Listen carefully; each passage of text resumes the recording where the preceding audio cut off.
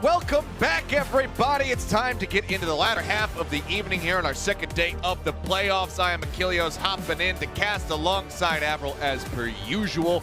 And we have two excellent series to bring you here on the back end of the evening. Starting off for our block, it's going to be the Houston Outlaws going up against the San Francisco Shock. We're waiting for this one, Merit versus Proper. We saw some of the Sojin stats a little bit earlier on, and by the way, Proper's only played Sojin like recently in the Countdown Cup. He wasn't even really playing that hero before. Now he's a dedicated hit scan for the team with Striker joining the fray, expecting him to be on the Reaper today as well. Houston Outlaws, impressive performance yesterday. Honestly, Dante right up there as well. He might have missed out on Roll Start. Personally, I put him down for Roll Start. I think he deserves it this year, but in any case, a fantastic tank. We saw a bunch of different picks. Hog, Orisa working out, the Winston as well. Honestly, pretty good from Dante. That was good. Yeah, it was a really good showing. And, you know, we kind of mentioned it yesterday. Seems like maybe a bit of a runner-up for that player of the match because he did exceed all expectations, picking up that Winston and showing that he was extremely comfortable in that regard, where some of the other players looked, who are making that swap, did look a little bit more offset by it yesterday, looking at you, Atlanta Reign. So maybe some things to shore up in their lower bracket run, but it's Atlanta. They'll be right at home down there, and we can expect to see them moving forward in the future rounds. But this is all about who's going to be staying in that upper bracket, who will be falling down and be on their last legs. And it's going to be a tough battle. Houston Outlaws, they certainly have their work cut out for them here today. And we have a good idea of how they want to play the game, right? We saw them yesterday, 3-0 versus Toronto, including a 2-0 sweep on Busan, playing quote-unquote off-meta. On the Shock side, though, we haven't seen them play this meta yet. We haven't seen them since we ended the Countdown Cup, so we don't know what they look like on Kariko. We don't know how they're handling a Winston meta. Is it going to be Kaluj coming out? Is it going to be Mikey? You'd probably think it would be Mikey because Winston's his hero. However, Kaluj has been the tank player that has been starting for the Shock basically the entire year, and we do know that Kaluj has been practicing Winston as well, so I think there's a high likelihood that Kaluj actually plays. As far as the DPS goes, I think I've kind of outlined that. I expect it should be Striker and Proper together. Well, we'll have to just wait and see, but for now, let's go ahead and take a look at our first squad that'll be making their way onto the stage. It is the Houston Outlaws as they get ready to do battle against the San Francisco Shock. Work cut out for them as stated, but it's not like they haven't gotten the better of the Shock in the past in moments where Houston looked considerably weaker than they do currently. Yeah. In fact, the most recent matchup between those two teams, Houston did win. That was in week 21, so 3-1 victory as well. Beyond that, I mean, Shock have certainly won more games this season versus the Outlaws. I believe the record for 2022 is 3-1 in favor of the Shock, but the recency bias for the Outlaws stands pretty tall. And especially when you look at the quality they showed yesterday versus Toronto, didn't let anything go, didn't drop a single map, everyone played to their strengths. Merit was fantastic. The test will be on today. If you remember me saying after the Outlaws game, you know, I think there's still room where, okay, Dante got the better of Muse. Now he's got to go up against some other tanks as well. Merit got the better of Hisu. That was a great matchup, but now he has to face Proper. That he does. Well, let's go ahead and take a look at the San Francisco Shock as they get ready to take their seats and hop into game. See as well what their map pick is as they come into this as the higher seed. So they will have that initial selection for control. See where they want to take us to try to garner that advantage for themselves. There you go, the starting lineup. We can also see, we see Mike in the middle there as well, so that's another question answered, right? Who's actually going to be starting on this team? I did not expect that Kilo or Sam would play, but Mikey, there was a pretty good chance. I would have said a 50-50 there. It is his hero. Winston is his hero. I mean, that makes a lot of sense. I guess the only other question is, okay, well, what does the support look like? I suppose it'll be Violet Lucio, right? He's played that the entire year through. Finn's their more dedicated flex support play, despite Violet having that in the past for the Shock. Finn will most likely be on the Kariko here. So a very exciting lineup. If you remember Shock of old Shock's past in previous years, Striker Reaper was one of his key heroes. I would have said the top 3 heroes for Striker, in no particular order, is something like Hanzo, Reaper, and Tracer, right? So Striker gets to play one of his all-time greatest heroes. I think that's so good for the Shock. That he does, and we have been seeing, you know, especially in that last series, namely by Prophet, who is the GOAT, that you can play some of the things that are kind of on the outskirts of the meta. You can play things like the Tracer, even though some people are saying, yeah, like Sparkle's saying, it's a bit of a tier 4 pick, but if you're very good at it, you can pilot it. And between Striker and Proper, you could just kind of take your pick of the litter as far as who you want to run that, should they decide to bring Tracer out. So that can always be in the back pocket for the Shock. I think you've got like two of the historically best Tracer players right now on the same team in Proper and Striker, and obviously you have some Shock other just has great to pick up Tracer Savioli players and they'll be across good the to board. go. Right, I mean, depending on whether he gets Harmony or not, then we'll see about that. No, I'm kidding. At the same time, though, we look at the situation, and it's like, I think the only interesting thing about the Shock in terms of substitutions is if we get to like a Circle or Junkertown, we just saw a Junkertown between Mayhem and Salt where Sigma was played, Hog was being played. So I do think if we go to some maps like that, even if Shock actually wants to be the team to pick, let's say they actually lose map 2 and they end up picking map 3 for Escort, they could choose to take us to Circuit. Kaluj comes in on his signature hero, on his best hero, which is a Sigma, and that's going to put Dante in a weird place. So look out for that. I still think map 3 could get really tricky. I think Houston would like to avoid those types of maps, but to start things out, it is going to be the Ilios. So Shock can win here, then they do the tactical int on Hybrid to be able to get the Circuit Royale pick on Escort. I got you. I see you. I'm picking up what you're laying down here, Avril. I mean, like, the idea is they go 2-1. The idea is I think, you know, Shock have a good chance to go 2-1 here, because if they lose Hybrid, they pick Escort, they can go 2-1, or they can just win the first 2 maps. Maybe they lose Escort, they can still be 2-1. So I think they got a pretty decent chance to be at a 2-1 no matter what. If they would have to win Ilios, though. So this is a very strong, important map to start out on. We'll see what the answer is. I'm looking forward to seeing if Dante's going to pull through anything interesting here, or if he's just going to stick to the Winston again. Well, don't have to wait too much longer to find out as we do get ready to load into Ilios for map number 1. Houston Outlaws versus the San Francisco Shock. Both teams battling to stay in the upper bracket. Loser, while their playoff run might not be over quite just yet, it gets that much more dire for them, so you want to avoid it at all costs. 24 seconds, the gates will open, but for now, we're seeing some very meta hovers by both these teams. By the way, just to put it out there as well, the loser of this match when they do enter that lower bracket, they're gonna have to face Shanghai Dragons. So while the Shanghai Dragons did lose the Hangzhou Spark, I don't think you could ever underestimate or count them out. So that's still a dangerous match to go into if you do lose this one. A lot on the line here. The winner of this faces the winner of LA Gladiators versus Spitfire. But gates open to Ilios. Let's take it forward to Ilios. It is going to be Ruins, and as you said, for the hovers, those will stick through. We're going to get the typical mirror matchup. Yep, and instantly everybody's just clashing over here by the Mega Pack. Looking and prodding away, but no one really looking to close that distance just yet. Last throw, okay. Close. Don't need to close any distance. In like the first 5 seconds. Angle manages to find one, but instantly the collapse is there from Merit. Creative able to find a killing blow. They pick one up. It's going to be a 1-for-1. 2 DPS down. Respawning, going to be rejoining the fray, but Houston Outlaws misses a little inside track onto the point. Pick up for just a brief, really important shot down there. Hops down, and Merit up over the top, builds up the rail. They get enough damage down on the Striker, and the body shot is enough to kill. They find the eliminations. Mikey heading for the hills. Houston Outlaws occupy the point, and they lock it down first. We got 2 great kills coming through from Houston. Prophet's gone. Take down Striker as well. That's going to force the Shock back just as the point is about to take over. So Houston Outlaws lead ever so slightly here. Finn, though, on 69 to 70, has a major lead over Creative. We saw this from Twilight versus Creative yesterday. Finn now has a very similar lead. They're going to get a very early Kitsuna rush. They're looking to contest that high ground. CP to the side, Finn joining in. They managed to find the punish as well. Dante now eliminated. Big window of opportunity for the Shock.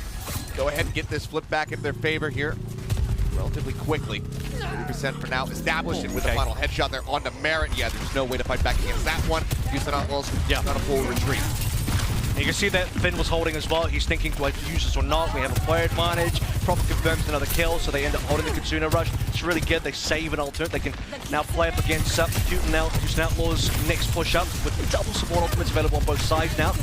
Proper Merit also over towards the overclock as well. This one's going to be pretty much 6 ultimates burnt, I feel. Everybody's going to use what they have. Going to get in. Got it. Okay, there's the rush, V-rush coming through. So far the sound barrier is going to be held by either side. Mikey down to about half HP. Striker as well. Chipped away at in that regard. Lucio's holding. Shield's going to be held onto. Lastro and Violet both trying to push this one to the limit. Clock comes through, the flip is there. Houston Outlaws now in control. Violent did pull the trigger, drop the beat. Lastro still holds on to one of his own for the follow-up fight. Dante in the meantime, Primal Rage is out. Mikey's still waiting to build up his own in that regard. Houston should be able to take this one. They got the point already. Prophet needs to pull the ultimate though. He's waiting a little too long here. Shock to go in. Striker's going to get forced first.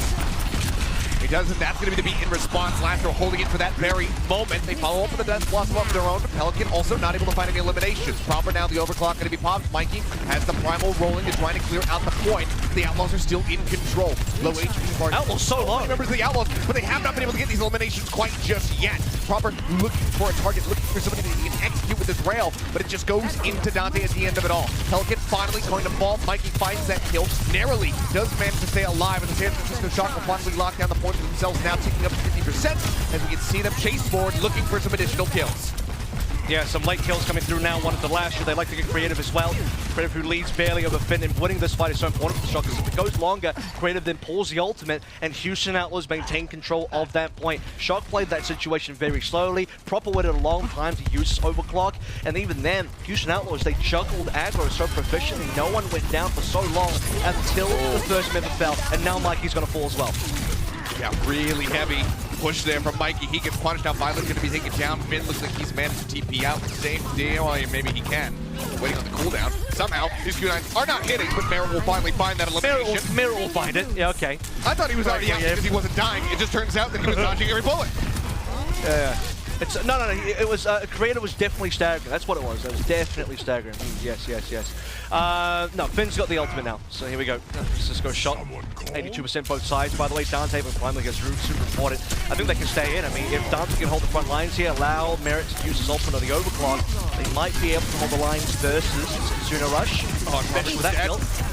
Yep, Merritt just finds the headshot. The sound barrier now needs to be committed because they know that this is final fight. They have to try to turn the tides right here, right now, but Dante still holds onto the primal. Merritt still looking for some targets with that overclock. So far, not going to find anything now. It expires. Looking for the knock off the side of the map. Final swipe there. Don't think that quite sent Mikey over. No, it did. He got him in the end, and no one else is really going to be able to touch a final tag in from Violet, but in the end, that is going to be the OT bleeding down, and 182%. The Houston Outlaws will take ruins for themselves. And this is why I respect a player like Dante, right? Because now he is truly showing his capability to be playing a Winston to the level of career Winston players like Mikey. Great mechanics being shown there even on the Primal. That's usually the most difficult part of the kit for a Winston as well. A shot from Merritt that I think is the key shot that breaks the San Francisco Shock on that Ruins map. Merritt taken down proper. It's a 4v5. Finn and Violet, you see the desperation there. Double support ultimates being dropped in. They know it's the last fight. They got to make this work. And the Outlaws, not to be perturbed, I mean, they didn't have to really burn anything. Dante held on to Primal for so long because he was never under pressure. Last result had the extra sound barrier coming online, and Houston Outlaws convert that 5v4 to a 5v3 after Finn and Violet both use ultimates. That's really dominant in a final fight. Now moving over to Well, looks like we're not going to have any swaps as far as the comps are concerned. Chengdu isn't here, so we're not going to be seeing any Pharah action. Let's go ahead and clash once again, hovering around the health pack. Pelican leading the way. And Proper taking that's down interesting. Synchro, finding that opening kill, and yeah, now this is going to be a big window of opportunity for Merritt to storm ahead towards that overclock percentage. The Shock just running back as fast as they can. They know the point's still unlocking here. If they get Proper back in time, there is a chance that Mikey jumps in, stalls the point capture. Here it comes now, so there won't just be a cap yet for the Outlaws, but they have positioning. Shock have to try and break through, and that's difficult. And now the cap has come. Very much in control first and foremost yet again. Striker playing well back. Dante, just holding the corner for now. Push around, Proper looking for the target. Doesn't get the shoulder clip on the Pelican, but it's not the headshot that he desperately wanted. No opening picks to be found quite just yet. Shock rotating around. That's so fast. For themselves. And yeah, he's been building this one up. Lastro's still going to be... They can tempo. They can do it. I mean, he's going to be able to have it actually here to match. He will have that second beat. Beat now dropped in from Violet. Lastro has it. Instantly pulls the trigger on it. Pelican does receive the shielding for a second. Thought maybe he missed out on it. Given the second pull on the ult, this is going to go the way of the Houston Outlaws. Proper again taken down. Dante gets on top and finds the elimination. The rest of the Shock still postured forward, but might need to go for a reset here sooner rather than later if we lose one more player. And this push is definitely going to be over. They still, however, do commit the Kitsune Rush to this. They're dropping in the ult, but they need to find some picks. And so far, the HP bars are relatively healthy on the side of the Houston Outlaws. Mikey Primal's here. Dante can respond. He does indeed do so. Merritt low. If they can get Merritt down, there's advantage for the Shock. Finally, they have the 5v4. Looking for some supports next. They got to flip this one as well. 65% for Outlaws. Yeah, still haven't been able to get this one now. Violet's going to be taken down as Dante uses the primal of his own. Striker holds on to the Death Blossom. Maybe that could be the turning point in the fight, but Pelican just as well has one of his own. Merritt still This is barely ahead of Proper at the moment. There's the death block. The first out from Pelican goes to the back line. Manages to find one. Striker gets one himself. Found a second kill in the fight, but Marin comes up with two to boot. He's trying to lock down Violet, who is playing a bit elusively, just juking back and forth, hides behind the pillar. Violet cannot die. But crucially, the shot never got the flip of the point. The Houston Outlaws still hold it. It's now at 93. And if Violet dies there, I think the entire round is over. Shock now have one more chance. They can reach back in. Mikey needs to touch. They got the sound barrier. Proper's got to save the day as well. And he does. Shot goes over towards Dante. It whiffs. Everybody just kind of breaking line of sight. Outlaws just leave the point. Yeah, they do. Pelican just holding it there with the race form. Keeps it contested. Now they know that the ult is done. That's Dante straight back in onto the point. Beautifully and patiently waited out. Violet again, sound barrier online, but Lastro not far behind. Will have that. The rush as well from Creative online now to match. Mikey taken down to a sliver of HP to pursue forward. They're looking for that elimination, but Violet saves the day. The beat comes in, but they still need to find some kills. They still need to find this flip. The rush is coming across from either side. Lastro with the second beat does come in. Pelican going to be taken low, but it's going to be Violet taken down first. Now Mikey, Striker, all in dire straits. The San Francisco Shock are crumbling here in the overtime, which will bleed down ever so rapidly. The final jump in, finished off Finn. They clear the point out, and it is a sweep on, well, 100 to 0% as Houston Outlaws kick things off with a bang. Ilios is theirs. That's a statement to be made straight off the bat as well. The Houston Outlaws, a 2-0 shown on the Ilios map, and like I said, 100 to 0 on well as well. Very competitive on Ruins, we'll say that much. When you get to WoW, it starts out with a very fast sound barrier from Violet. That's after, by the way, probably gets picked up somehow by Lastro.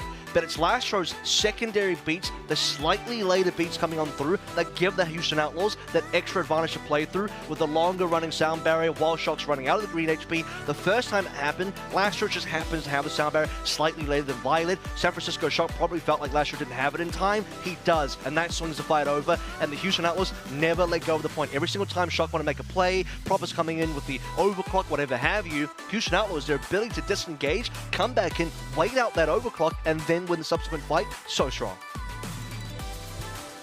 Statement, as you say, made by the Houston Outlaws, but can they continue to back it up, or will the Shock be able to reply? Granted, that was their map pick on Control, but now they're going to have another one as we get ready to go into Hybrid. We'll see where they decide to take us and whether or not there's going to be any swaps, any substitutions made during the break, which we're going to go to right now. We'll be back in just a few minutes, so don't go anywhere, guys. The playoff action continues in just a few.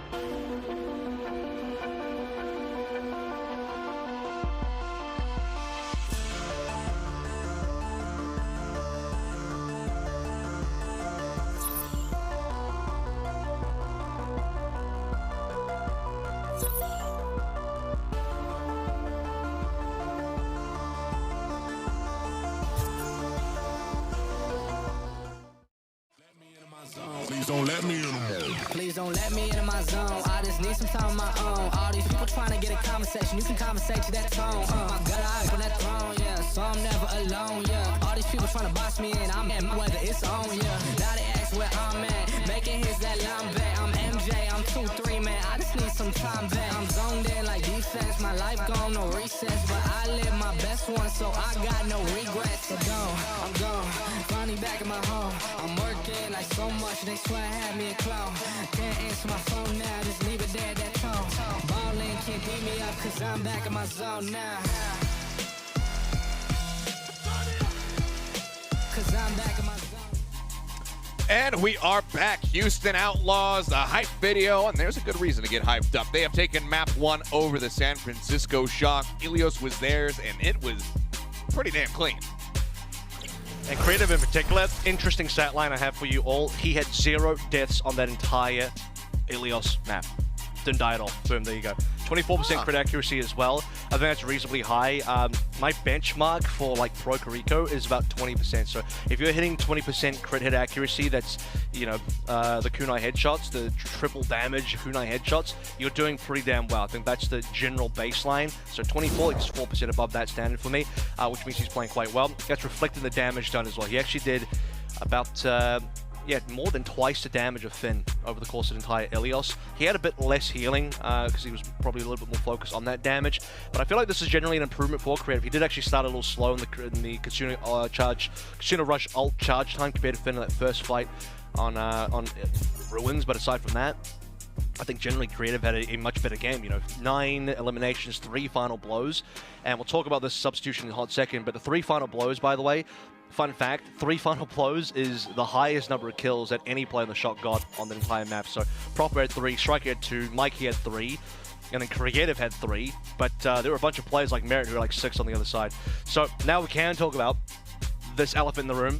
Mikey has been instantly subbed out. Krusty, maybe not a fan of what he saw on that first map. He's like, all right, let's change it up.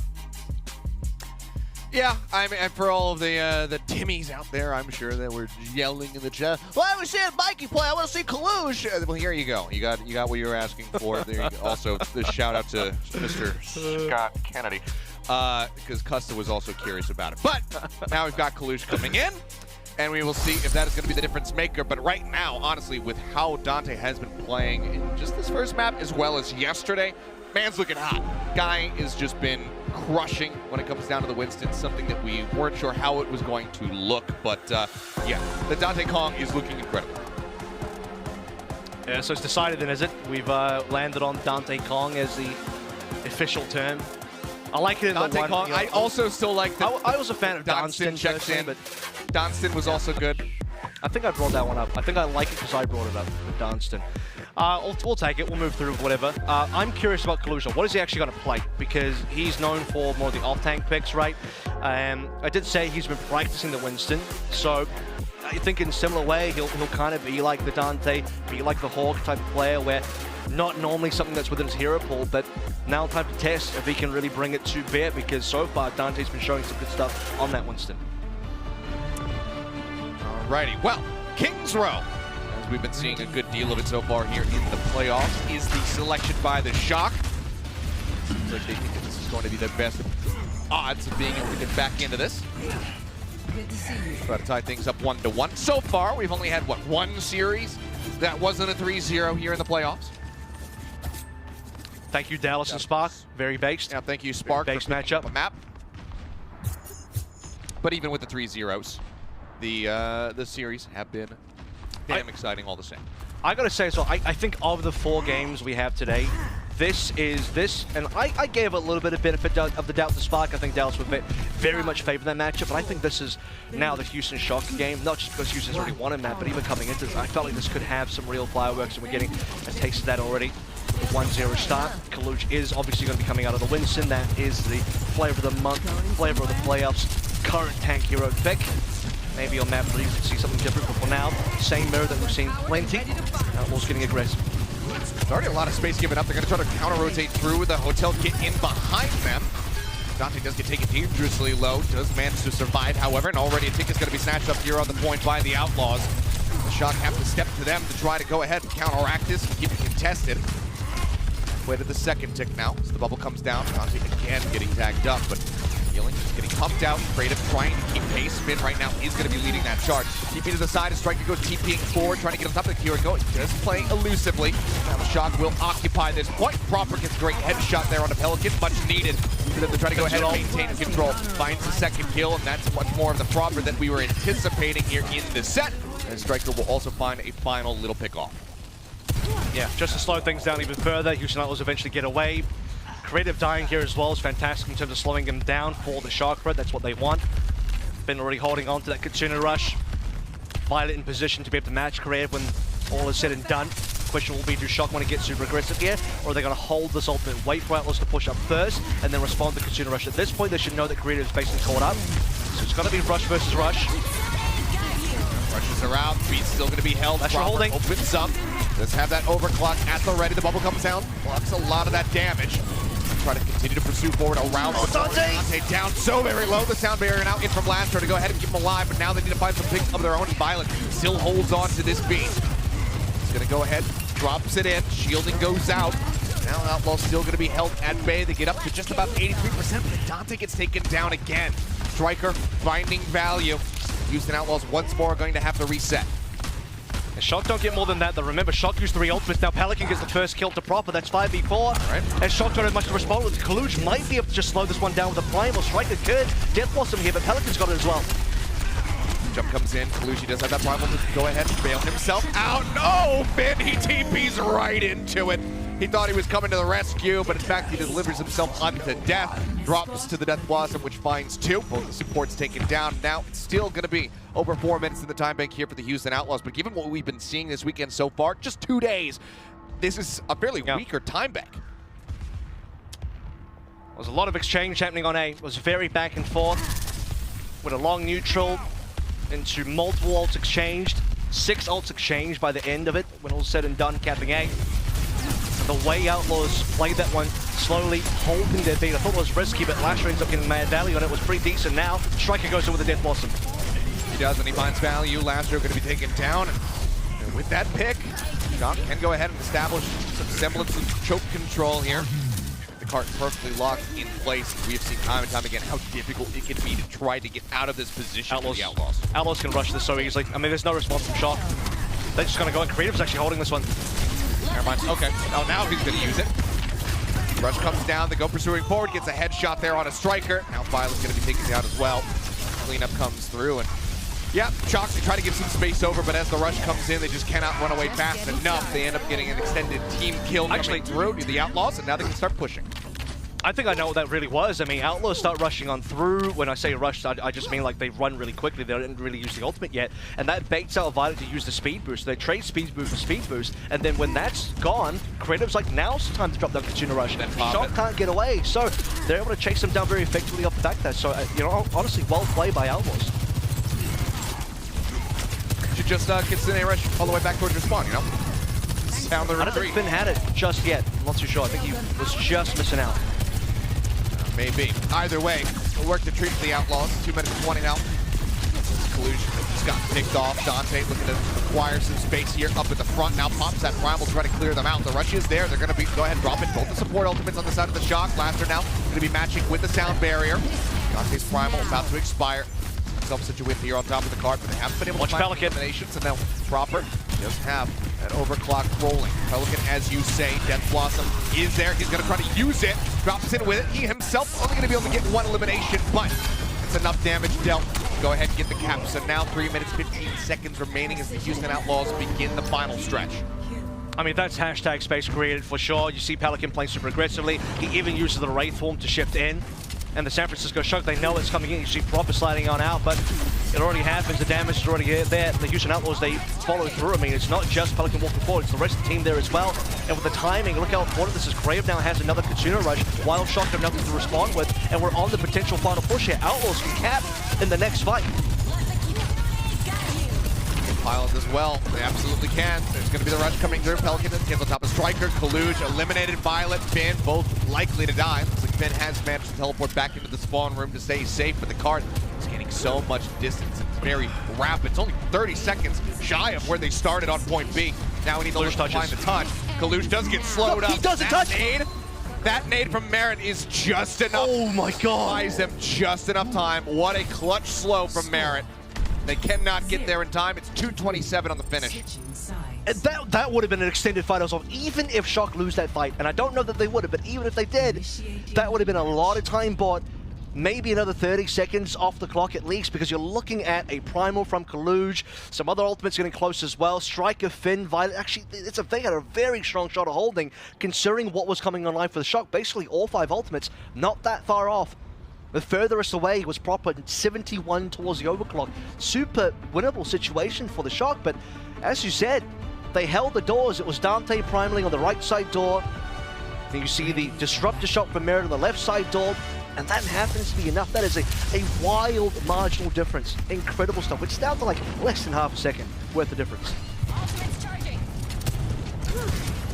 And it is. We'll take a look back here at Merit. And this should be the nade. He doesn't even know. He's just timing. He's just like off complete instinct. He's timing it off instinct. Like he has no idea that Kaluj is actually right there.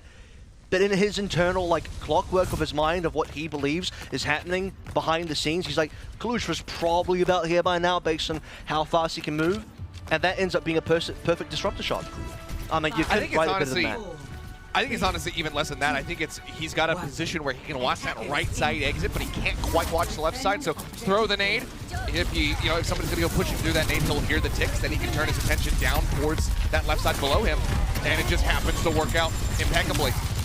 Could be the Could have been luck. Little things to make the difference. Skill. Mix of both maybe. But it works out. It gives the 227 insanely good time back, especially after how long it took on A, right? And Merit again, well, he finishes out the C attack. He'll start out the A defense. Things off with a bang. Striker taken down right off the rip. Dante just taking a quick little peek, going for a right-click zap. From here, Shock need to have a very strong attack. They need to build up these time banks. I mean, Violet is storming his way, mind you, towards these sound barriers. Look at his percentage charge right now. Yeah. 80%. Same as what we saw on Well, I think. This time Lastro won't be able to respond. Creative might catch up. Finn's also doing a lot of work here. We saw Shock have taken a lot of damage. They got the first take as well. Outlaws give that one up.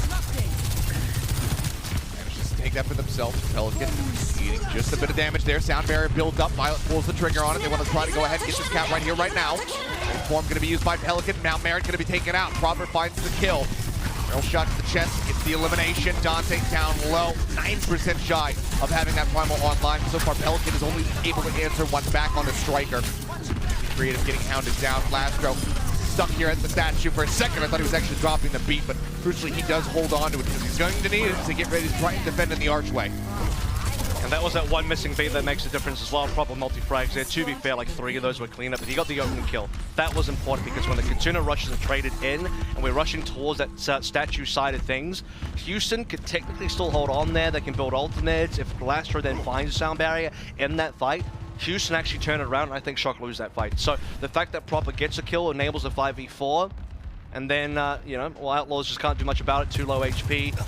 And they have to back on out. In this case, backing on out means they just lose the fight and go back to the spawn room. Yeah, pretty big win there for San Francisco Shock, but Outlaws now have 4 ultimates. Death Blossom is going to be used here in the side room. Pelican Striker baits him. Hoping that they were going to come in a little bit deeper there, but yeah, he just kind of dipped his toes in the water and then dipped straight back out. So ult going to be burned with no gain whatsoever. That's 3 ults from Outlaws, and now they lose the beat. Yeah, Lastro again taken out. Dante tucks back inside, grabs the Mega Pack, goes back in and contests a little bit longer, but doesn't live very long at all. Ends up getting focus fired down. The cart can continue to push forward, and Proper just looks to finish off Creative, and he does. And this is exactly the kind of pace that Shock needed if they want to match. Yeah, I mean, dude, Proper angry now. San Francisco Shock losing that point on C the way they did, and now they are storming through Kings Row A and B. 4 ultimates on life for Shock, and that is a pretty big blunder from Outlaws in the previous, initial B archway fights. 4 versus 2 ultimates. 3 of the ultimates went awry. Pelican completely faded out by Striker. Proper with another shot to Lastro. When does Lastro get to play the game? I don't know. I think right now I'm fearful though, because when he does finally decide to go ahead and drop this beat, in all likelihood he is going to get headshot by Proper once more. completely Ajax the whole damn thing. Striker now, Death Blossom going to be unleashed. Pelican eliminated. The cap is there. Proper scoops up 2 eliminations. Now a third as Merit will fall. And Lastro will rushed as well. Be the only one left standing. Creative rushed as well, so they lose the rush in that exchange. It was 2 ultimates from the Shock, 2-1, but you take that to get the the kills and to be able to get that cap in there as well. Strike a great value on the Death Blossom. Lastro, by the way, that's still the same sound barrier from the start of the defense on A. Still the same one. Meanwhile, Stein gives Outlaws something to play with. I lost count. Just been, he throws him in. Crushing it as far as the build time is concerned. So take notes, Lucio mains. Whatever Violent's doing, that's what you want to be doing for yourself. Well, for now, play flex support for 3 years and then swap to main support. That's what you should do. Is yeah, exactly. Note of that. Yeah. Just be a god at the game. You know, have 4 accounts and at the top of the standings.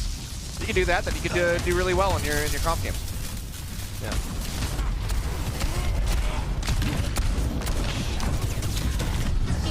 Slow and steady for now. Dive at the back line. Kalush setting himself there into the thick of the Outlaws members. Probably will come out, but Merit. Beautiful 2 shots. Violent Striker both going to be eliminated. Dealt with very swiftly here by him. Look for a little bit more. They will find Finn with the added little bit of stagger.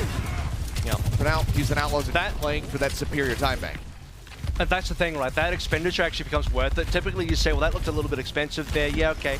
Clues dropped in the extra primal, so it's a 3-to-1 trade. But however, it's the time bank differential that we're really playing for here. Houston Outlaws, by winning that fight, slowing things down. Shock, they can't match it to 27 now. Dante so low. Kalush able to chase in off the back of the rail shot. Merit narrowly avoids death, but then just as quick. Pelican shut down. Getting taken down. Proper gets a follow-up, gets creative. That's going to be the team kill coming through. Rounding the final quarter, 2 minutes 40 now in the time bank. Both support 10 seconds. Still online for the Shock. And there's one more fight. Yeah, the 10 seconds won't be enough here. Shock will not get his superior time back. It's going to be Houston Outlaws coming on through. It's in a rush out. Creative has it. He does. Has it out there. Now the sound barrier in from Violent. Going to finish the job right here, right now. Merit going to be taken down. Kalush finding the opening kill. It's a hell of a lot of the damage now. Eliminated. Striker playing elusively. The Death Blossom online gets pushed back, but now that boot is on cooldown. He TPs right into the back lines. Manages to find Lastro right off the rim. Creative as well, going to be dealt with, and there's nothing that Merit can do. The lone Sojourn just now respawning. He slides in. He will take the time bank under 2 minutes, giving them a 29-second advantage for the Outlaws as we get ready to go into overtime rounds. Score 3-3.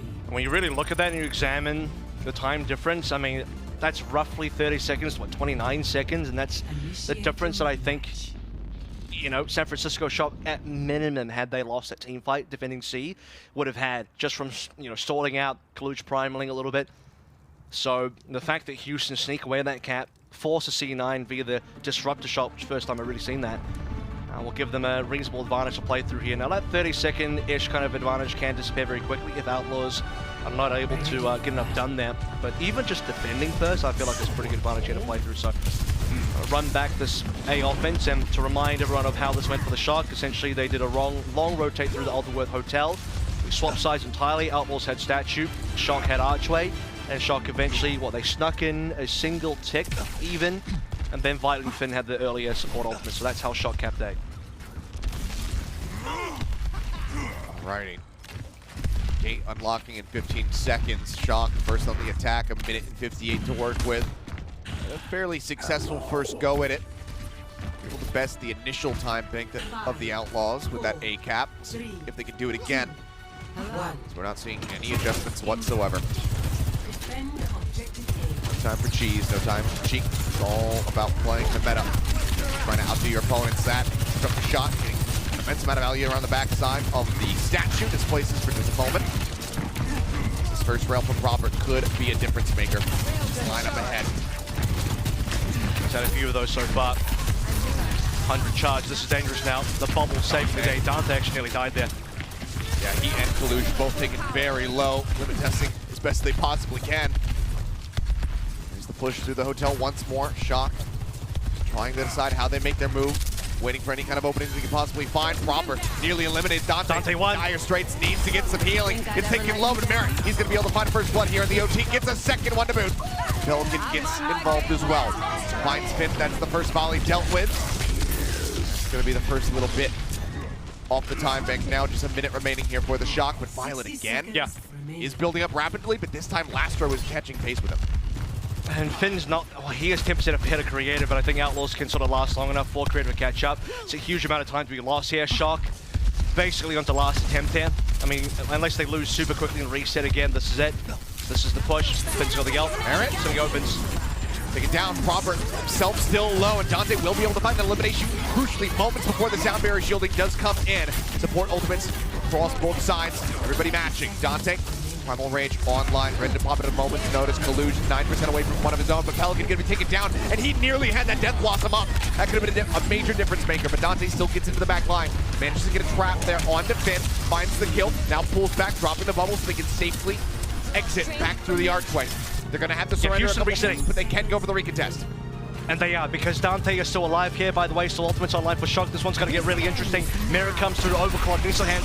Where the shots? Oh, the damage! Kaluj goes diving forward, Striker's right there with him. The Death Blossom finds two. Lastro and Merritt absolutely assassinated, and that's gonna be the cap on A. Wow. Great last attempt from Outlaws. But Striker landing on a ton of damage. Merritt, unfortunately not getting the valley. Where was Proper? Currently, he's all the way up here. Really far ahead, looking for some rail charge. San Francisco Shock, I mean, at this point, it Proper just finds it. So if he gets some rail charge, finds a snipe. Shock get a lot of free push time. They're trying to maximize push here. Very limited number of opportunities for them to still get some push in. Dante melted. Tag down, the overclock goes through. Striker has the follow-up shots. They get the kill. Merritt stuck into the corner, just knocked there by Kaluj with the primal, and Proper's able to play off the back of it. Alley-ooping the kill for him. It's another team kill, and the cart will continue to push. Shock looking to make the Miracle OT run. And it's the extra, you know, push here now that really makes up for the failures of that first minute and a half of pushing for the San Francisco Shock in terms of A. They didn't get much done on A. But after capping, they're now getting some serious work done on B. And the Outlaws, they need to find a solution. Pelican has a Death Blossom, but how do you get him in? Creative looking for a kill. He's got one. He's got the Suzu, and he's got a rush up next. That could be it. I thought maybe he was just going to pull the trigger on the Death Blossom, but now goes in for it. Does get pushed back for a brief little moment. Striker goes into the raid form, keeps himself alive, but as that expires, Merritt will strike him down. The OT bleeds away as they clear the cart, but considering that they had the disadvantage coming into this, the San Francisco Shock are going to be feeling rather comfortable with the distance that they were able to acquire. They just have to hold off for 2 minutes and 27 seconds to be able to tie this up. Yeah, for sure. And based on the distance here, it's super doable for the Shock. I think if they just managed to cap A, but then sort of, you know, lost the initial fight in the archway or something like that, and the payload didn't really get in distance on B, this would be definitely in the hands of the Houston Outlaws. It can still be in the hands of the Houston Outlaws, but a lot of serious work needs to be done here because that was some great snowballing coming from the San Francisco Shock after capping. Really setting the stage now to have a great defense. Even if the Shock lose A, the distance they gain on B should be pretty defendable too. Well, now, Shock got to be ready to be strapped in for this defense. Very well could be a hole today. You can see this is the setup from Striker. Sneakily got himself up onto the high ground. We'll see the engage come down from Kaluj. Yeah. Kaluj draws the attention. Striker drops in from above, and the Death Blossom absolutely wreaks havoc. And this is one of the things that people will watch plays like this and they'll be like, oh my god, he pressed Q, that's so impressive. But it's about the timing, it's about the decision making and setting up a play. It's also about like the impact to make it work. He shut down Merritt. You can also just shut down Merritt. Yeah. You can't just die when you go for those plays. Because like it this weekend. I think Outlaws would have had the potential retake, you know, if Merritt was alive and managed to get the rails in. Striker shutting him down is everything. Shock are getting very heavy in front of Outlaws' face here. They don't want Outlaws to really touch the point at all, but Shock will leave a little of that space now. Oh, getting Proper. Oh, that would have been a monstrous pickoff, but can't quite finish him off. The Shock, however, are going to be contained back in the archway as well as the hotel. But now that they get topped up, they're going to start pushing forward, trying to retake some space, not surrender the second tick. But Busan Outlaws will be able to grab that all the same. And given the time advantage, that's still going to be rather good for them. But Dante ends up falling at the end. The rest of the team either needs to die, reset now, or try to get the hell out of there. You can see the Striker cut off their exit. Yep, TP is right in behind them. So Glassrow will be able to make it out. Pelican, the last one to fall. Okay, and that's definitely the 30-second advantage gone now. It's down to 130. The Houston Outlaws, looking at the ultimates, Creative this time is very far behind Finn. I think that was kind of the case beforehand anyway, so we're going to get into first ultimates here with Finn invited to arrive just that much sooner than last run Creative, especially Creative's current charge. That will make a difference yet. Big again. Looking to challenge the corner. So ticking up again now at 76.6%. Creative further behind. The rush now going to come out from Finn. They go pushing forward. The rail shot is good. Proper. Assassinates Merit in midair. Looks for a little bit more and just hold on to this ultimate. The reset needs to come in right now for the rest of the Outlaws. Lastro low. Barely breaks around the corner to keep himself safe. Creative continuing to play forward. Doesn't have that bailout, but he is playing with fire. And it's so important that Proper actually held on to the overclock as well, because now they can be popped for this fight. This is going to be a really big one. And for Outlaws, it might be the final one. If they cannot cap, but they do have double support ultimates. They finally have that rush available. Here we go. Creative goes in. Rush comes in, but still the sound barrier not forced out. Violet not feeling that pressure. Go ahead, they pull away, but the cap is going to be coming through. So Shock now are going to have to play for that control of the choke point. Would they give it up? They have it. Certainly is possible. And actually, I kind of respect that. Shock know they have more space to play through. They know this one's going to OT. There's still a long push on B that the Outlaws have to make. So they allow Outlaws to have the cap for just a rush. However, that means Outlaws still hold on to 4 ultimates. Shock are about to have their own 4. Nobody has a Kitsune rush. No rushes. The beats are there. Both overclocks. I mean, it's pretty much going to be evenly matched. As soon as Striker has it, Death Blossom online. Proper opens things up first and foremost. The sound barrier comes in. Death Blossom out from Pelican to try to stave them off. Gets through the shielding, but doesn't find any kills. Creative will find Finn. Now the answering. Death Blossom comes through from Striker, and he cleans up Lastro. Dante, the last man standing, and he can't get himself over to the cart. They zone him back perfectly. And even though Proper will say C9, it certainly was not. But it is the San Francisco Shock picking up a map win as they tie this series up 1-1. And they played the time bank so well. I mean, say what you will about the actual regulation time, and to be fair, even then, Shock had a pretty decent attack. I think both teams left a little bit to be desired on their respective defenses. And the extra advantage that Houston had on the time bank, I mean, it makes a lot of difference, but only if the entire time bank is contained to the A point or near the A point, as we saw from Shock holding the archway there. The fact that Shock get their payload so far beyond that to the final corner of B onto nearly the final stretch, that's far too much for the Houston Outlaws to deal with on their own time bank. Well, we can celebrate that this is not going to be a 3-0 series. We have a series on our hands. Tied up 1-1. Houston Outlaws now on the back foot, looking to try to retake the lead with their map pick as we get ready to go into Escort. We'll see what they decide to take us to and whether or not it's going to be good enough to go ahead and retake this lead over top of the San Francisco Shock, or if it will be the Shock moving forward, looking for revenge after suffering a loss the last time these two teams did face off against one another. We're going to go to a quick little break, and when we come back, we'll have that Escort map for you, so don't go anywhere.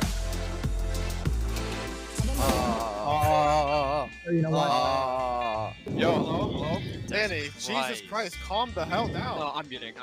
No, just please mute. Don't let Danny touch the mic, please. Don't let him touch the mic. Is it loud? Yes, Danny. 왜 한숨 쉬는데? 텐션 좀 안 떨어지게 해줘. 진짜 부탁할게. 너네 너무 재밌어. 나 그럼 입 다물고 있을까? 너네 너무 재밌어. 텐션이 막 떨어져. 입 다물고 있을게. 땡큐. 큐.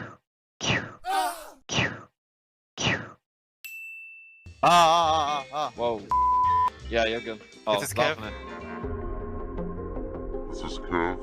Kev, sir. This is Kev, sir.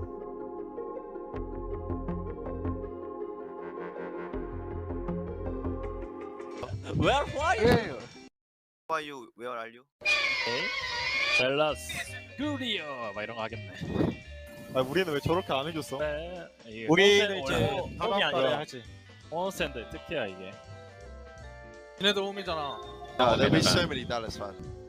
Look at them fuel fans. Imagine being a fuel fan.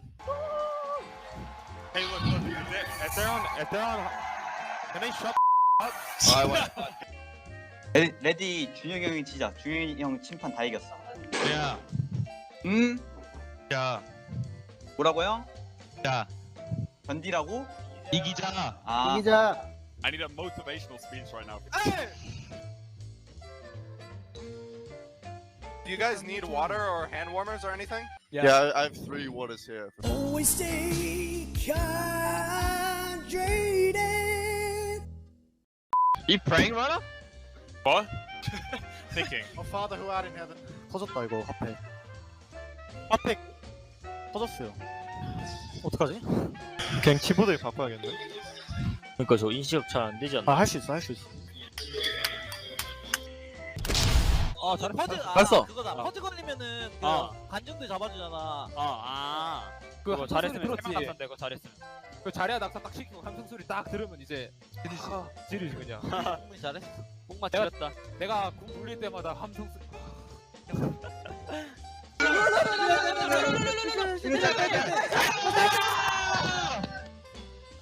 야, 리퍼. 나.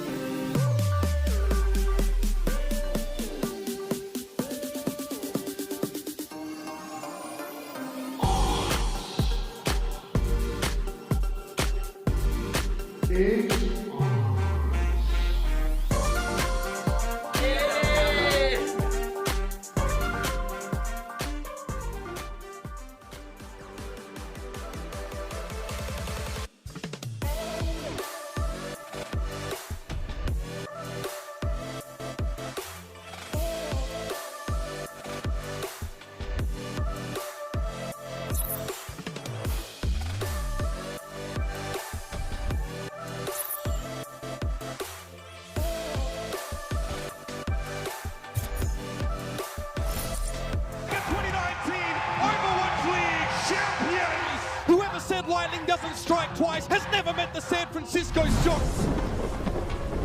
Just the depth of talent on their roster that can't be denied. Some of the most hardcore carry performances that I've ever seen. This is going to be a wild ride. Somehow Violet's going to come to the rescue, get a double kill! Toulouse says, how about that one, Chief? See you later. Dude, his aim is so crispy. Finn doesn't miss those, holy cow! A stick on Hardy, Striker's able to bring the Titan down. Sam straight to the backline, insta killing. Oh, Mikey! San Francisco, the greatest team in Overwatch. And welcome back. Now listen, chat. I told you this yesterday. I'm not going to tell you again unless I'm contractually obligated, which I might be during this playoff run, but get your Clockwork Zenyatta skin while you still can. It's a limited run, November 15th, and then it's gone. So what are you doing? Get off your butts. League tokens, buy them. Buy it. 300, I think. I forget the value. Anyway. Buy it all. That's my, buy the pack. There's a promo pack. rate. There's an entire value pack and get like a bunch of the, if you missed out on some of the other stage skins that we've had, like the Luchador skin, the Happy Genji. Yeah. There's one more. There's the Mercy one as well. Yeah, there's like a big bundle you can get as well. So get them all. I'm going for the free recolors real too. estate. I'm going for the free real estate-esque sales pitch where I just yell at people into doing something where I'm just like, just get your real estate. It's free. So this is 300 tokens. But hey, if you've been watching the league all season long, you probably have plenty. Wink, wink. Anyway, let's focus back up on the series, which is tied up at 1-1. My goodness, that last map was super competitive, right? Went all the way, 4-5. Look at the scoreline even. When we look at how Ilios played out, I think we all expected a bit more from Shock on Well specifically. Outlaws dominated them 100-0, let nothing go stat-wise as well. Did not look pretty for the San Francisco Shock, but what a comeback on the Kings Row map. I mean, they really put San Francisco, they really put the Houston Outlaws, you know, to the sword there. And I think after what we saw from that first defense where they didn't get the touch in time, a very nice 4C9 via Merit's disruptor shot. San Francisco Shock came back with a bit of a vengeance on their own attack and then an extremely successful time back as we now hit the Route 66, which is going to be the Houston Outlaws pick, and they will be avoiding any particular escort maps that could involve a Sigma. Well, Let's see how this goes for them. It was a great start, really dominant from the side of the Outlaws. I mean, being able to get that second round of Ilios 100-0, but things have slipped up just a little bit there on Kings Row. Granted, was Shock's map pick, so they shouldn't feel too bad and too down on themselves about that one, but they can't get a win on Route 66. That's when things are going to start getting a bit dire and when the Outlaws fans are going to have to start sweating. Let's take a look at if anybody does anything interesting here. We did actually see a hog, I think it was from Boucher on the A attack, just to defeat the spawn hold. And teams do like to hold light forward, I think, on this A defense here as well. So expecting San Francisco Shock to run right up to the Houston Outlaws spawn doors. Not maybe touching it, but certainly close enough to slow things down, allow strikers some angles to work through.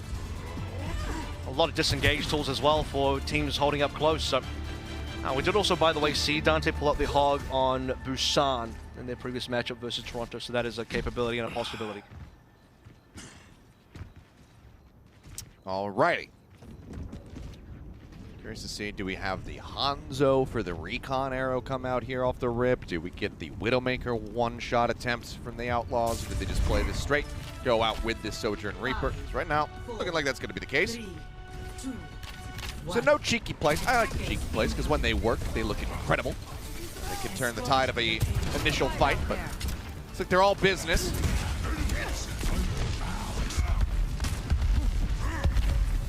Shock playing this one safely. Houston Outlaws will find the first corner without too much issue here. As I think both Proper and Merit like some opportunities to charge up these early rails. We've seen plenty of those open up. These points, Proper's had some, Merit's had some as well. This will be Outlaws making the first move. And a jump to Big Girls as well. Kaluge taking down Lastro.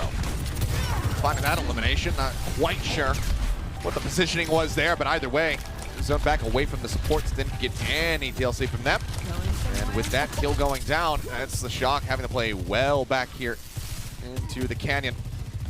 Striker just going to be TPing back across the opposite side to make sure that it doesn't get picked by anything.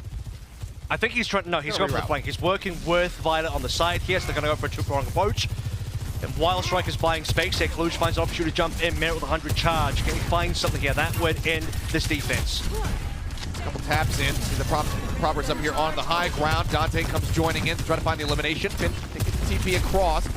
Stay safe, and the rail shot not really going to connect. They get within 3 meters.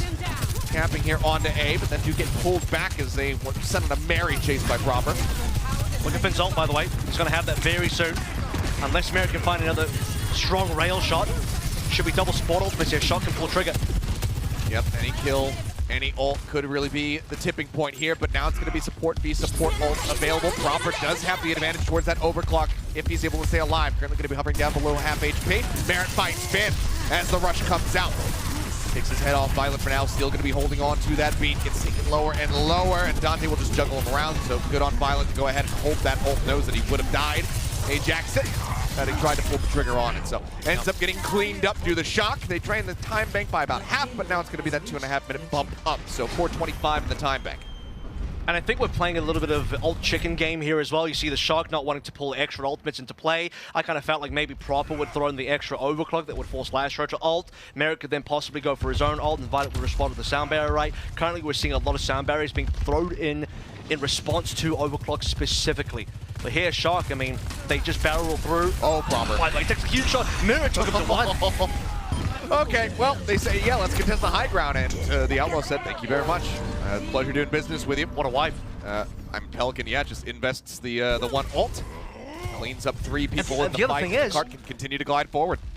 Typically, when you're the defensive team and you lose A like that, and you say, okay, we're going to hold on ultimates for B, you're looking for very early fights, a lot of value there. You see Pelican finishing off Proper. It was Merit getting the initial shot, dropping Proper to 1, that then allows Pelican to get the cleanup. And we're right back into it. Fight starts once again, Merit finds the follow-up.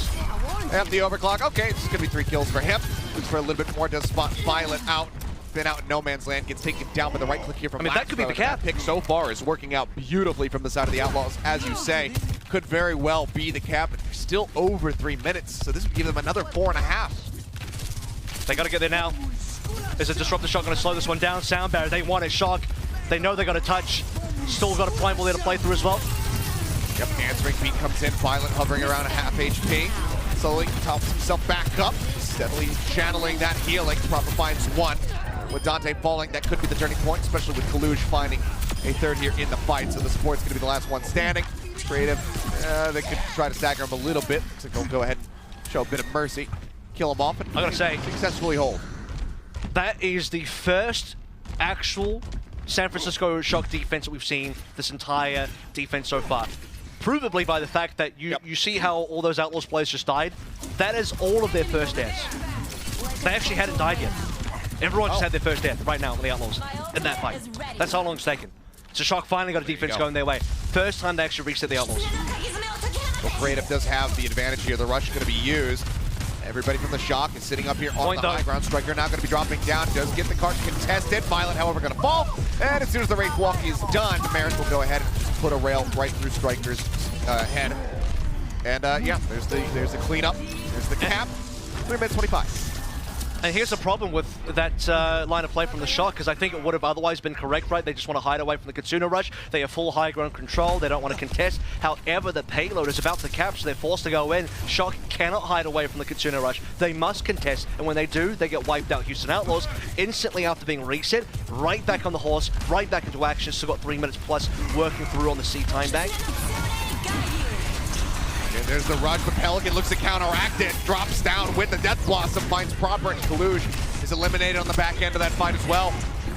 Shock tried to step to the Outlaws, but they end up getting shut down. Unless they can turn something here right now, but it's only going to be Creative as a casualty for the Outlaws, and he can rejoin so quickly as it's just now respawned and can TP right back in.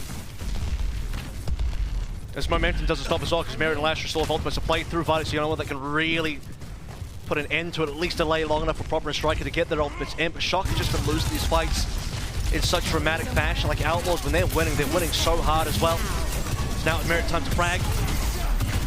They beat it from Violet, shields up the whole team. Merit trying to get this shot across the Proper, unable to make it happen. Striker now holds onto the Death Blossom, unleashes it. Will find Lastro, finds Dante to boot. Once again, Shock will be able to steady themselves and find a defensive hold as they clean up the team. Widely, still going to be feeling pretty damn decent about it, given that Finn is going to be on the way with that next charge here in just a little bit. Striker's been reliable, old reliable Striker, finding value on the Death Blossoms, his ability to get in with the Reaper. And now the San Francisco Shock, without having to burn extra ultimates off the back of that Death Blossom, and also, while they did use a sound barrier, responded to by Lastro, Shock will hold for now. Oh, look at this, Dante now jumps into the back, but all of Shock just go forward. They say, okay, we'll just pick apart your back line. Yeah, Merritt gets cornered. Lastro left out the try. Ends up going down. Card is contested, not getting any back cap going through. Cleanup will be there. This push does not work out for the Outlaws. I mean, you gotta be concerned now for Outlaws a little bit, because we're down to just about 1 minute when all the respawns are done. Yeah, they are gonna have a Kitsuna rush, so will Finn. So there's no more like strong snowball coming out of Houston Outlaws. There's no more major advantage unless Merit or Creative or somebody just finds a snipe out of nowhere and confirms a 5v4. Doesn't look amazing. They got a big flank over them though. Okay, double Kitsune rushing right now. They do have the Shock pushing back towards the attacker spawn, and Kaluj just gets assassinated. Merit with a great headshot finishes them off. Proper now. The overclock expiring is just pinned into the corner. Dante and Pelican able to take him down. Now the smacks come through, just looking to clear everybody off this cart. Violet will fall, and that should be the finish coming in here for the Outlaw. Oh my God. Not as monstrous as a time bank as they were looking at, given the way that things started off, but they still managed to complete the map with time in the bank. I mean, Kaluj just melted that. It was incredible. Houston Outlaws destroyed him, and on the other side, Dante lives, gets a primal. It makes a world of difference. The Houston Outlaws, fantastic play in the flank, you know. I guess they look at a situation that we don't actually have to go through main. Our entire team can work this flank. Everybody has the mobility on this composition to go for the high ground, and the Shock are not prepared for it. I guess they didn't really do the scouting. They didn't realize they were getting flanked, and we dropped down the Kitsuna rushes. And this is the other thing as well, because the payload positioning is so good for the Outlaws, they can make that play happen, because as soon as they come out from that flanking angle, they're instantly on the payload. They force the fight. Shock can't wait it out. Shock must respond. And then it just comes down to who gets more value out the Kitsuna rush, who gets the opening kill, and it was Houston Outlaws getting one of the most important kills you can get. Tank gone, 5v4, and Outlaws cap. Well, that they do. Put themselves up nicely here. See how their defense fares. Shox was widely absent. Just those few little moments. Granted, the few moments did drain down the clock considerably, but it's not enough to deny the push all the way to the end. And now Outlaws, I gotta say though, quite far forward. This map is much harder to cap than King's Row, in my opinion. So, Outlaws having this 36, I mean, Shock, we'll see if they can get that. I don't know if they can, if they cap, it might end up just being an OT cap, right? They would have to have a really, really well played, especially B and C side of things.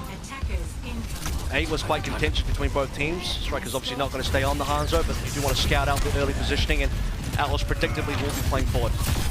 But boy, I would love if he did. Oh, okay, well, Merritt get proper right off the rip. So big. Taking a beating, trying to stay alive. Striker twice to answer back with a kill of his own, but he can't quite get the better of Lastro. Getting taken down by the Lucio here in the end. Violet trying to bring line of sight here continuously to keep himself safe. He does so, but the Outlaws are not interested in pulling back from this position. They continue to hold on top of the car. Yeah, I mean, they have plenty more position to play through. Even if they lose this positioning here, they can still play for at least one more, if not two more fights. And they're so heavily stacked. I mean, they got a conga line on top of this container, just all five of them.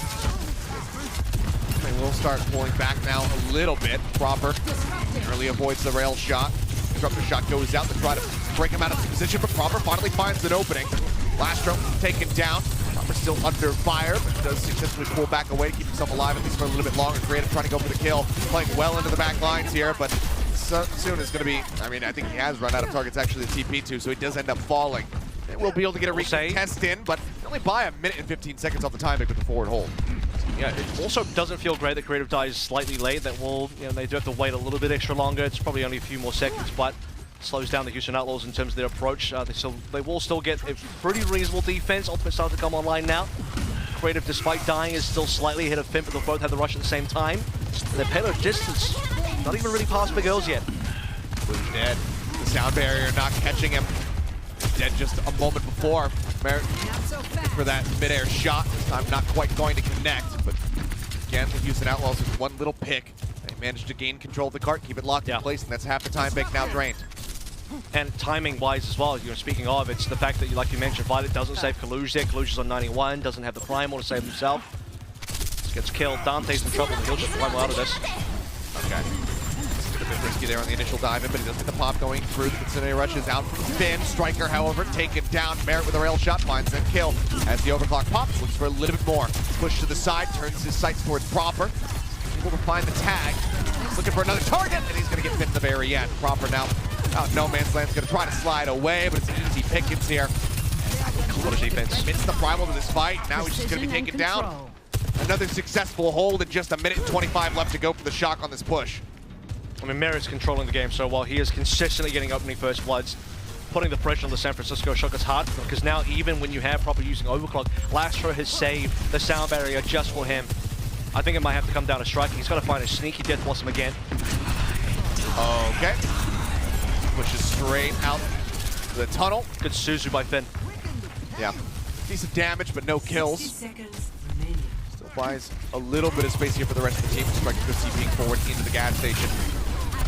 Ult of his own at the ready. Finds that's forgotten. That should finally be, that should finally be the cap coming through, and Pelican's got nowhere to go. Striker will hound him down, finds the kill. Striker, however, still does get picked up by Creative, but he himself will also fall at the very end. So the cap on A will be coming through, it would seem. Dante playing quite far forward. Does he actually want to play for this? They don't even have. They only have 3. Not even that, really. It's just Dante. 2. I mean, they could touch, but he's got to do it now. The Reaper.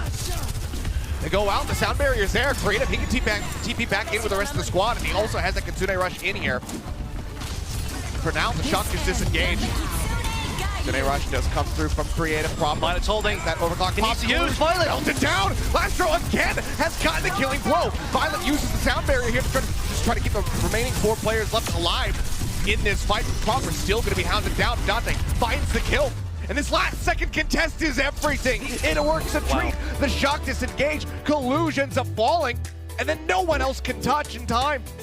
A full hold at the hands of the Houston Outlaws. Their map pick of Route 66 is absolute perfection. First they get to the end of the map, then they completely shut down the attack from the Shock. They now regain the lead. 2-1. Match point is in their hands. I mean, so many well-played defenses there, but like you said, it's the final recontest, the one that looked unlikely, the one it's like, are you sure? Are you sure you want to do this one, Outlaws? Because half your team is not quite here yet. Dante goes in. They've got Pelican on the side as well. Lastro, sound barriers, that's how much they want it. And then, like you mentioned, Creative can just TP in, Katsuna Rush. But what boggles me is, why does Violet wait so long? Shock cannot afford to disengage that one and try and re-engage after the Katsuna Rush is gone. We're in OT. You have to touch, you have to fight, you have to play for the point. And most of their team was low HP, by the way. Violet waits so long that Kaluj dies. This time it's not even like Kaluj got melted. Violet just held on to the beat. He held on for way too long. Then he did. Been able to build him up, but using them, picking those timings just a bit off here on this map, and it costs them dearly. Well, now the Shock again will have their map pick. We'll see where they decide to take us. Is, hey, you and I get to cast a push map. It's been a little while here at Everal. We'll see what they decide on, whether or not it's going to be good enough for them to be able to tie this up and take it all the way to 5. And Houston Outlaws are looking hungry for the win. We'll see if they can close this out and send the Shock down to the lower bracket when we come back from the break.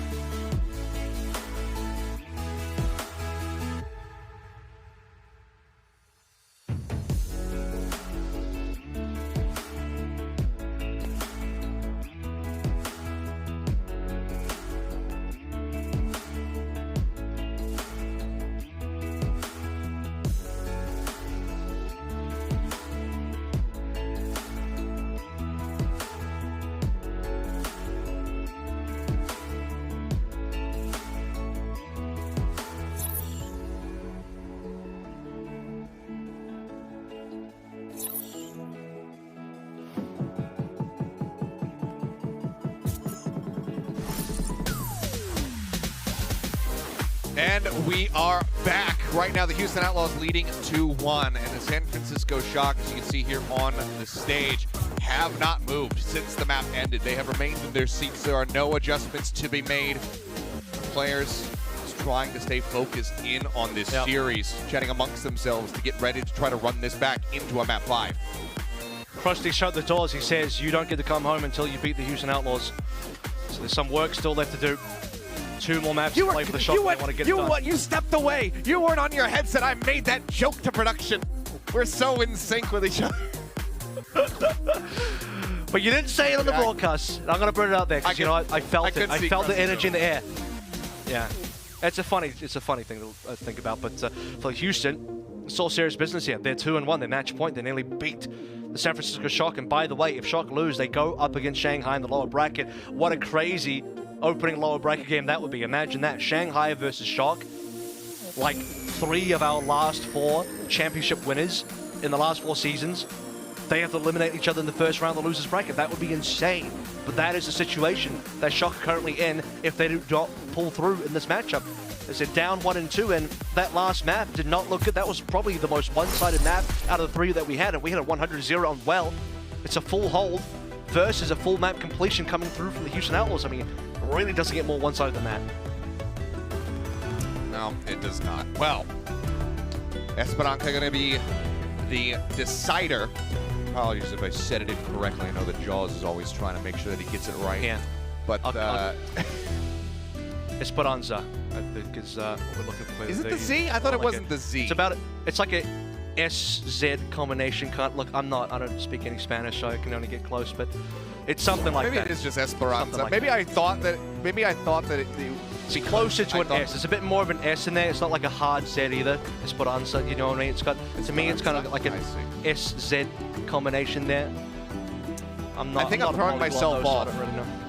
I think I'm throwing myself off because whatever it is, I thought it was stated originally. All you need to know is whatever you just said would probably still be better than what Jaws said. So that's all it's got to be. All right.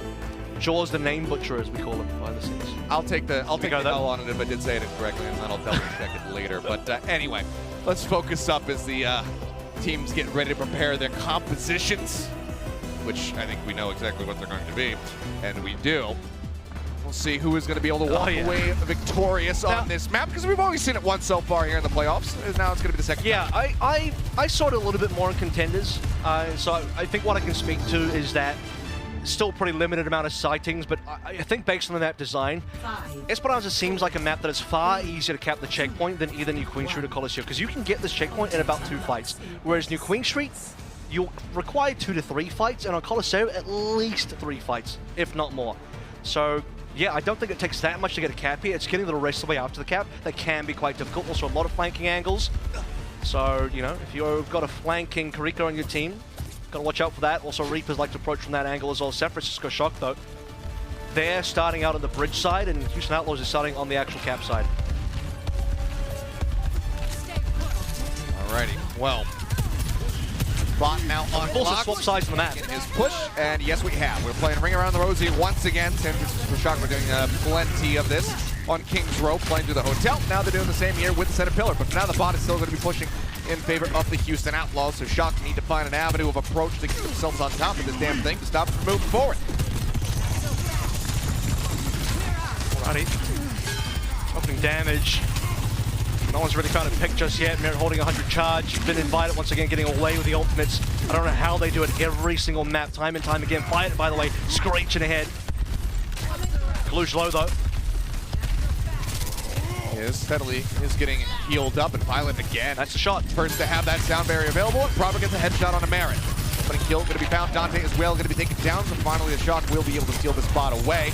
Again, looking to buy a little bit more time, but it's quickly dealt with there by Striker, who is just filling the kill feed over and over again. And the Shock, while they build up these ults a little bit faster, don't have to invest any of them to regain control. And I think for Shock as well, they're... Okay, we've got a bit of a pause coming through, but they go through a very kind of... not quite long rotation, but it takes them a while to get into the fight, and due to that, Houston Outlaws sneak away 21 meters on the payload. So, you know, while 21 meters certainly won't win you the map or anything, it's a decent amount to just slightly have for now to at least come back on to work through. You know, I talked about the fact that it should be fairly straightforward to cap a checkpoint on Esperanza. So if Shock can win a second fight here, no, they would have to win 2 because they had to win 1 to get control of the payload. They would have to win 1 now and then 1 more to get the cap. So for them, it'll actually take 3 based on how this game mode actually works now. So Striker disconnected, by the way, so he should be coming in. That's the tech issue we're working with.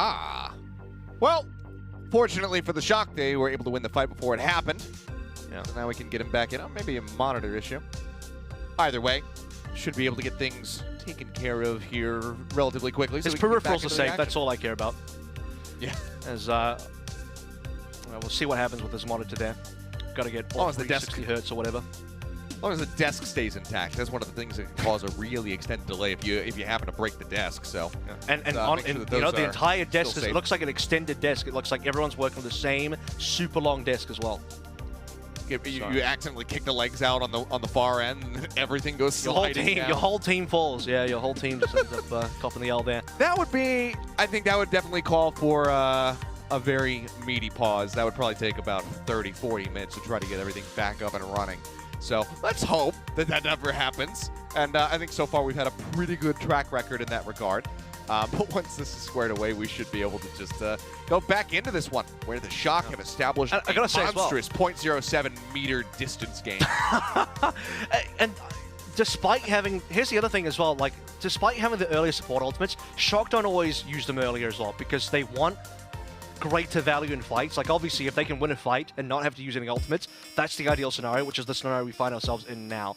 You're proper finding an instant headshot, Shock save ultimates, they clean up, and they start to push forward. But like I said, they need to win about 2 more fights here because they had to reset the payload and get back control of it. And in that time, Creative should be able to find his own Concerno Rush. He's only about 13% away. Currently, he's on 87. The rest of the players are fairly even. I mean, everybody on the DPS and both of our tanks are probably going to get the ultimates at the same time. So the subsequent fights from here on out are going to get pretty bloody.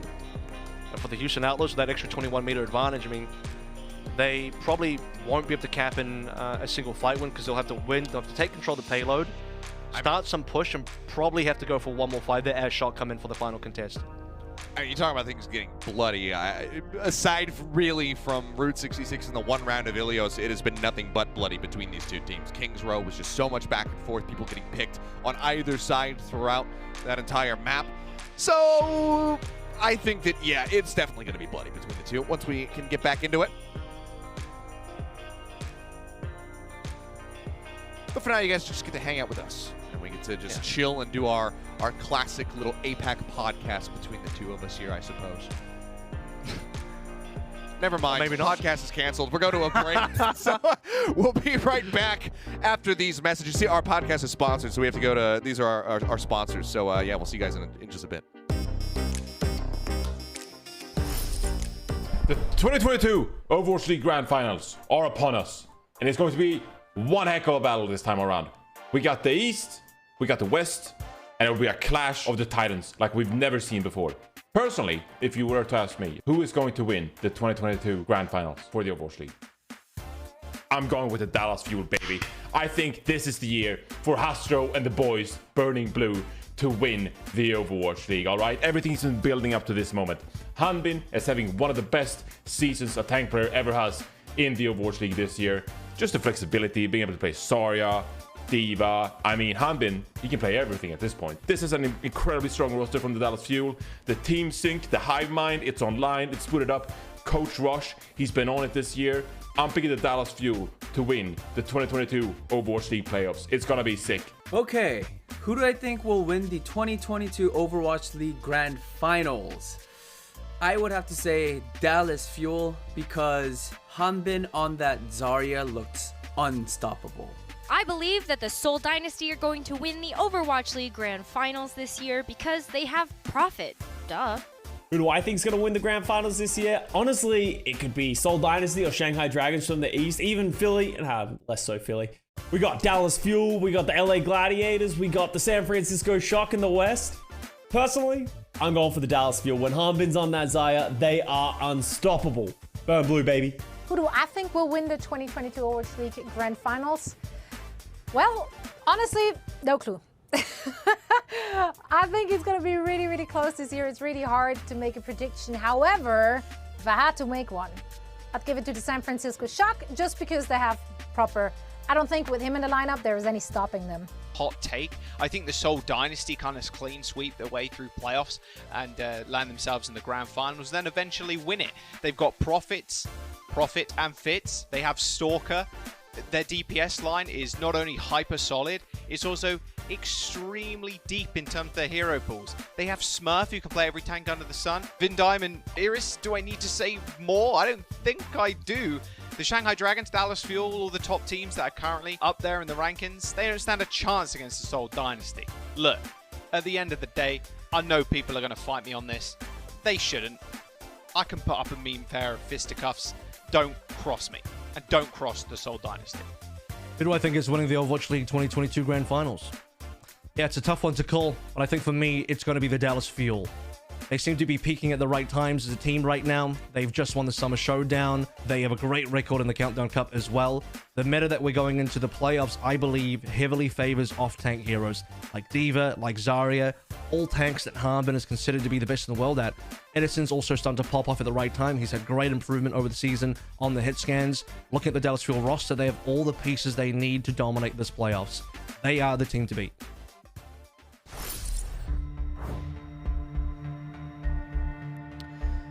And we're back, and hopefully it should be underway here in just a brief little moment. But Dante, this man has continued to impress us. Apple, we've been talking about it the whole way throughout during the break and whatnot. By the way, thank you to our sponsors, which is like all of the other Overwatch League casters. So thank you for sponsoring the podcast.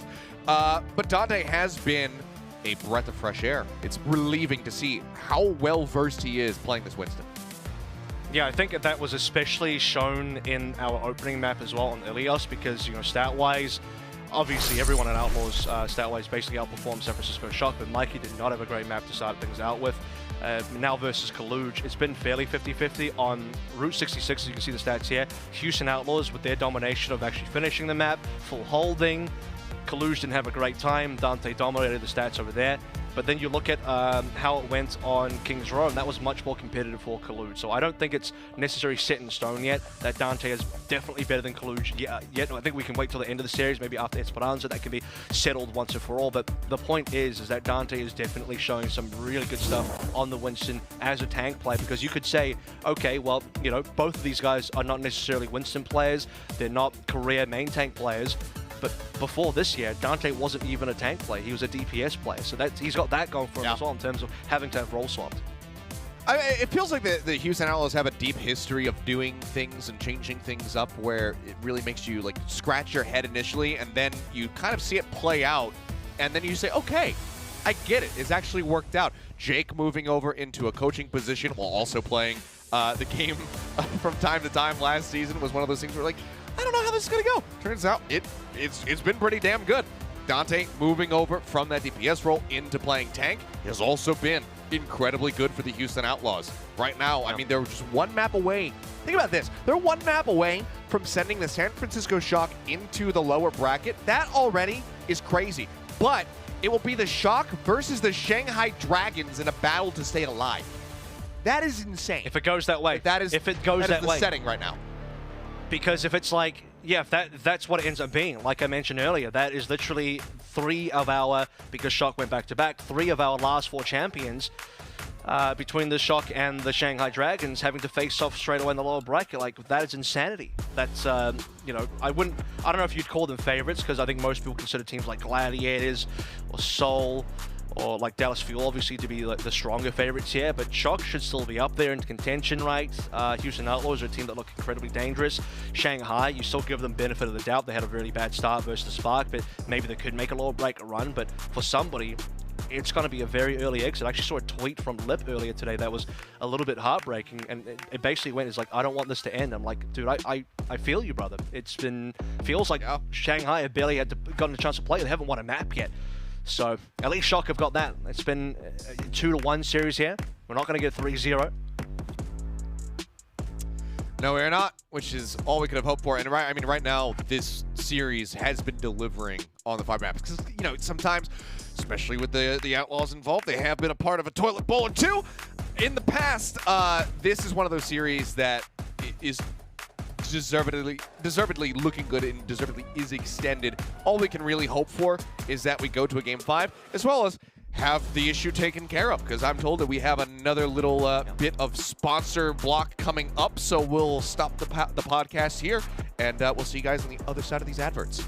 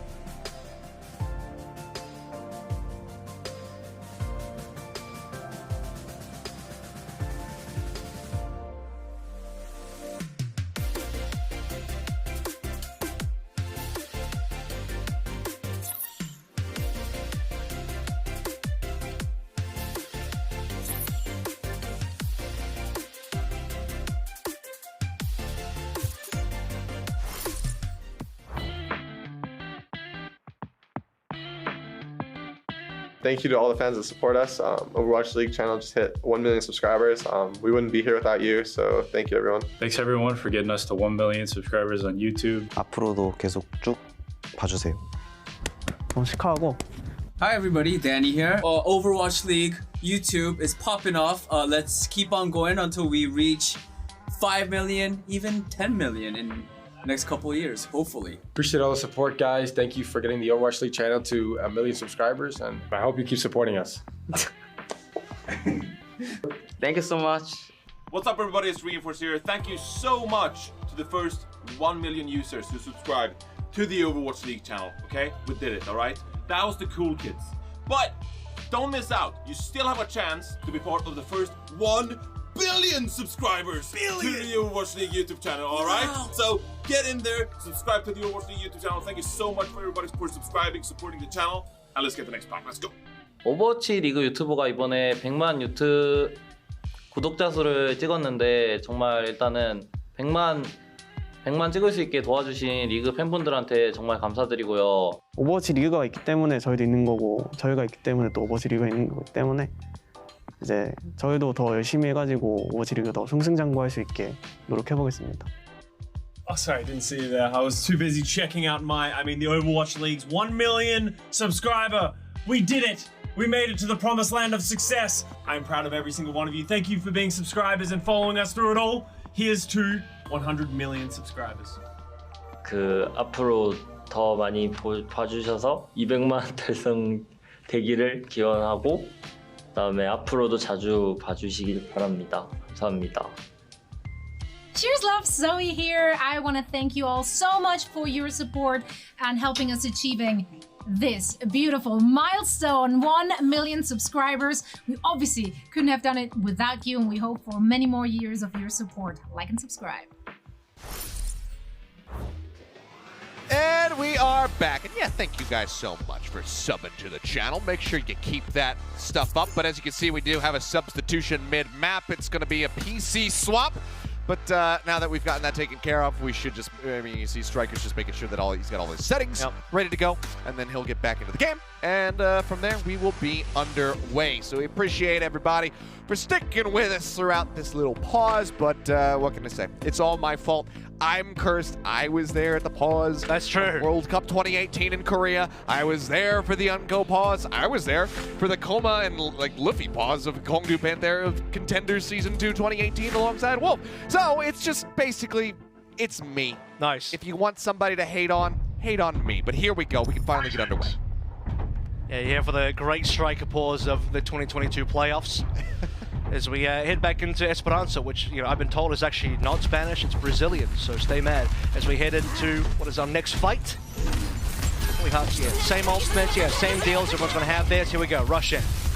There are margins there. Bravo was nearly picked off, but it's going to be Finn with a nice headshot there on Dante to finish the job. And 2 more quick follow-up kills with Creative. Going to go down here on the back end. Last one to fall, and that seems like Shock not really missing a beat. Now, just going to go ahead and start storming forward as Proper looks to find a cheeky pick right out the gate. He won't. Should be one more contestant here. Not a lot was used by Outlaws there, just the one ultimate traded. As we head straight for that captain, look how close you get. Even after that fight when Busan Outlaws will arrive, won't take too much. What Pelican here should be an interesting one. Strike exports from the first. Lastro, no chance he's from the beat. Yeah, had he gone for it, likely would have died. Proper cleared down there by Dante, and yeah, the Cabby is there. It's the forward spawn. Going to be snatched up here by the side of the San Francisco Shock, but it's going to fight back here from the Houston Outlaws, so they should be able to take this at no additional distance. It's going to be found on the back end. They can't wait out the little break, but Shock still do have a nice little advantage. We have to start on that 21 there, and with the extra forward spawn, you can see that everyone from the Shock suddenly arriving on time. Forward spawn now removed, but everyone spawned in time anyway. And a very quick engage here, and actually, Outlaws are in the sort of position where, yeah, absolutely, if they win this fight, they are going to get this cap, so they can actually get it in 2 fights as well. Moving their way forward, on the clock, popping from Merit. Charge here from Proper, looking for a target to try to shut down, goes wide, doesn't manage to find Merit. Merit's not finding much of anything either. Just gets Striker there on the flank, but it seems like he's just as unprepared for it, so has to just pull back away from that position. No elimination is going to be found on the back end of that all. Now, then they rush out from Creative. Finn not quite having his to match. Violet does have the sound barrier, drops the beat. Lastro going to be using one of his own, but Merit has been taken down. Striker finds the elimination. Spot's still going to be locked into place. Houston Outlaws unable to advance. Luge goes diving forward. Pelican opens things up, however. Death Blossom goes in, manages to find 2 kills in that fight, and that might just be the difference maker here. Narrowly. Finn's such a late ultimate. It's only like 3 people right there. there. The fight, but Striker moves forward off the back of it, still finds the kill, finds the second one, and maybe a Consider Rush is just what they needed. No Primal committed to the fight, and Striker cleans up 4. It works a treat, and the Shock have the bot right back in their control. It seemed like Finn waited way too long, but it was right on time. I don't know what just happened. Krusty must have inserted. He snuck in some hacks on that new computer, that PC. 2 coming in for Striker coming in clutch. Finn with a 3-man Katsuna rush when they were losing the fight, and Striker just walks forward, kills everybody. And the Houston Outlaws, they try to survive the potting pot. Suzu and Dante calls it, says no Primal, we're just going to lose this fight. And the Shock clutch on out. I think most of the times that ultimate would have probably been wasted, but Striker really made it work. Now comes that Primal. Okay, well, Striker has been taken down. Pelican looking to do much of the same that we just saw from Striker. Finds 2 kills for himself. Lastro will claim a 3rd. It'll be the bot once again getting shipped back over into neutral territory here by the Houston Outlaws, taking away that forward spawn here in just a moment. And yes, okay, Finn will be split spawn, but given that he's got that teleport, it shouldn't be too big of a concern. See what they can get here. Again, very close to reaching this cap is the Houston Outlaws, but they've really run out of resources here, waiting for Creative to pop through next. The Shock, everyone around the corner. They're giving away a lot of distance here. They can definitely get a little bit more aggressive than this. Taking the corner now. There's Creative. Okay, left up by himself, ends up falling. Merritt will find Striker. Now the Houston Outlaws are in a very good position to be able to take the lead here. Rush forward, hounding down everybody off the back of Creative's rush. And that will be the checkpoint. And given that the respawns are still waiting to come through, Outlaws will flip as well. The lead. Yep, 1.33 meters. Pelican comes back to escort. Outlaws now have a couple of other ultimates coming online.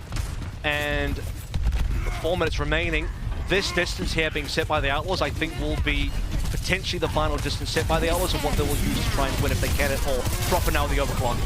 Merritt to answer. Clock on either side. Striker, one who pays the price. His Proper still looks for a target desperately.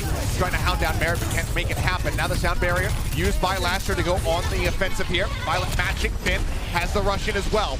Pelican pulls back, Wreath away. Death Blossom still at the ready, but they suss him out. They know exactly where he sat at.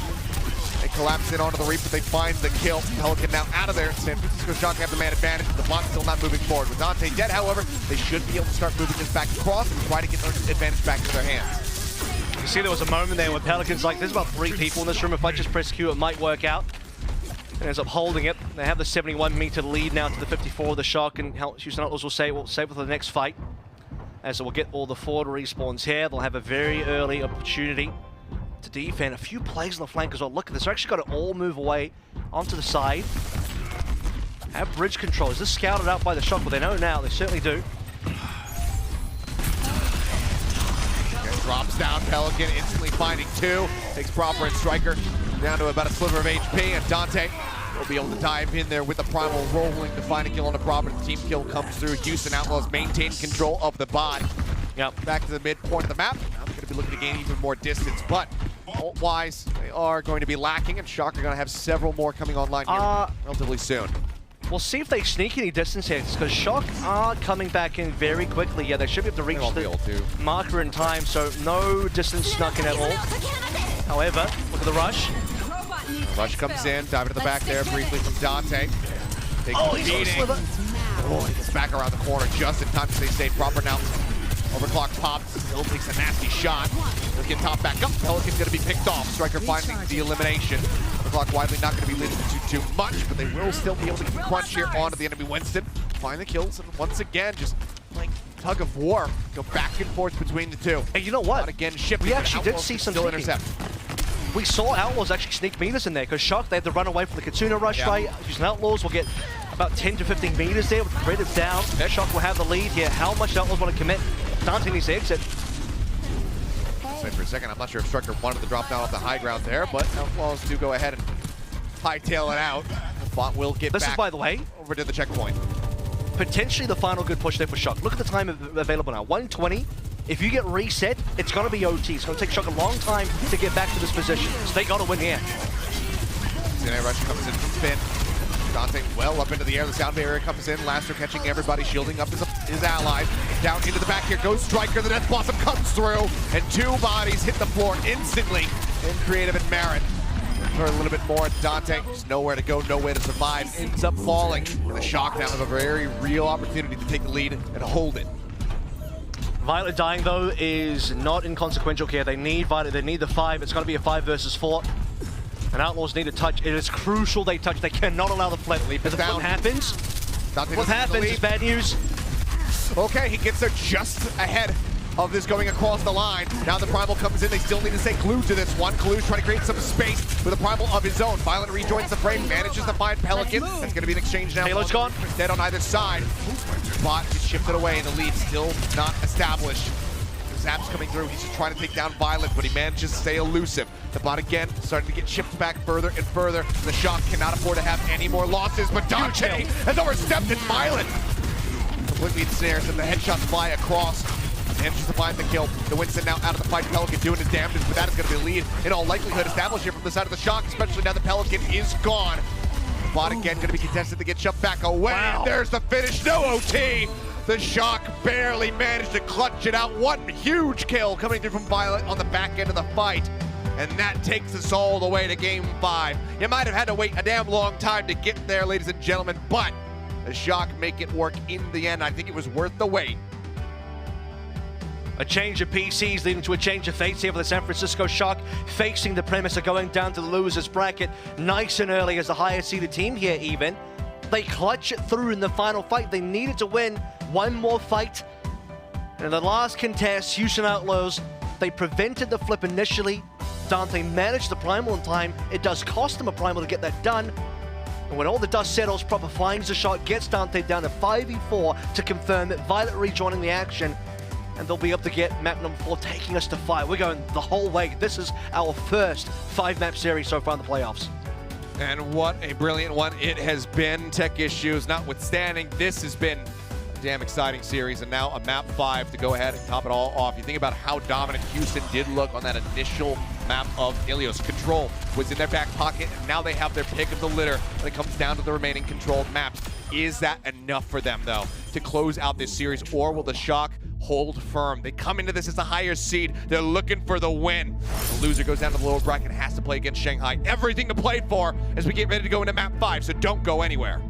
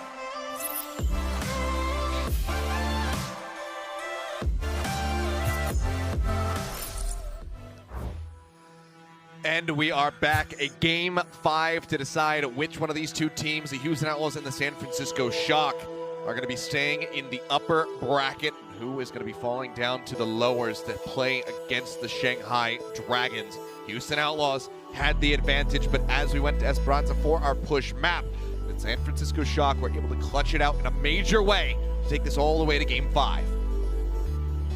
Whew. Busan to finish things out here. What a finish as well. I mean, that is one of those photo finishes you see on push sometimes where, I mean, how many times do we actually get a push game that straight up ends without an overtime? I mean, usually they will have this kind of long overtime, maybe some final push comes through from the losing team, but in this sort of case, you know, Shock just shove it across the finishing line and that's it. I mean, Houston out there, they lost the fight. It's all done.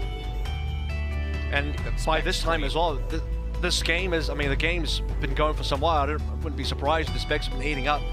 Certainly the PC for Strike was heating up or something. It's already at the stage where with the pause, with the map 5, with the extra map 4 that we saw from the first series, we're at the sort of time today where I think the entire day was over yesterday because all 3 heroes across the day. But now, Busan, as I mentioned, the decider. And here we go. It all comes down to this, a final map selection for the Houston Outlaws. Second one in the series. Let's see if it works a treat for them. Control was very dominant for them on Ilios that second round on well, 100% to 0. Let's see if they can replicate a bit more of that magic that we saw from them to be able to try to close this one out.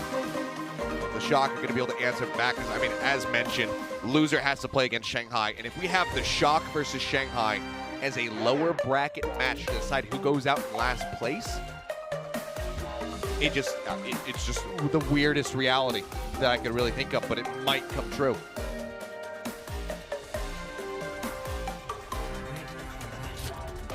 Downtown. By the way, when we saw Busan last time for the Houston Outlaws, we did not get to see Downtown.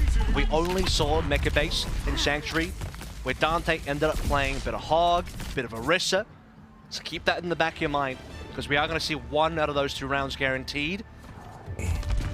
Now we can sort of find out what Dante would have played on Downtown. It seems like it will just be the Winston here. But if you're Shock and you did see the Busan match yesterday, you have further comps potentially to look forward to. Here we go, that 1 more merit to start us out. Out the gate, Shock right now drifting a little bit closer over towards the point, but finally making battle here in the center. Swings around the corner, Robert looking to back him up, Rail at the ready. Pull the trigger on it yet, sends it out. Flips Pelican to the shoulder, not going to find the elimination. He slides out of there, making his exit, trying to stay safe. The drop down comes in, however, they know that he is going to be one of the key members to try to pick off. Can't quite make it happen, but Merritt will finally get the rail shot across. Finds the first blood, finds that elimination. Striker drops down to buy a little bit of time, but eventually is pushed off of the point, ends up dying. The Houston Outlaws, once again, have the first lockdown to the point. I believe that's 4 kills right now on Control. Huge from Merritt. I mean, look at the charge right now, 66%. There's only been 4 kills, it's all of him, and 67, like I said, leading the way in terms of the DPS at least.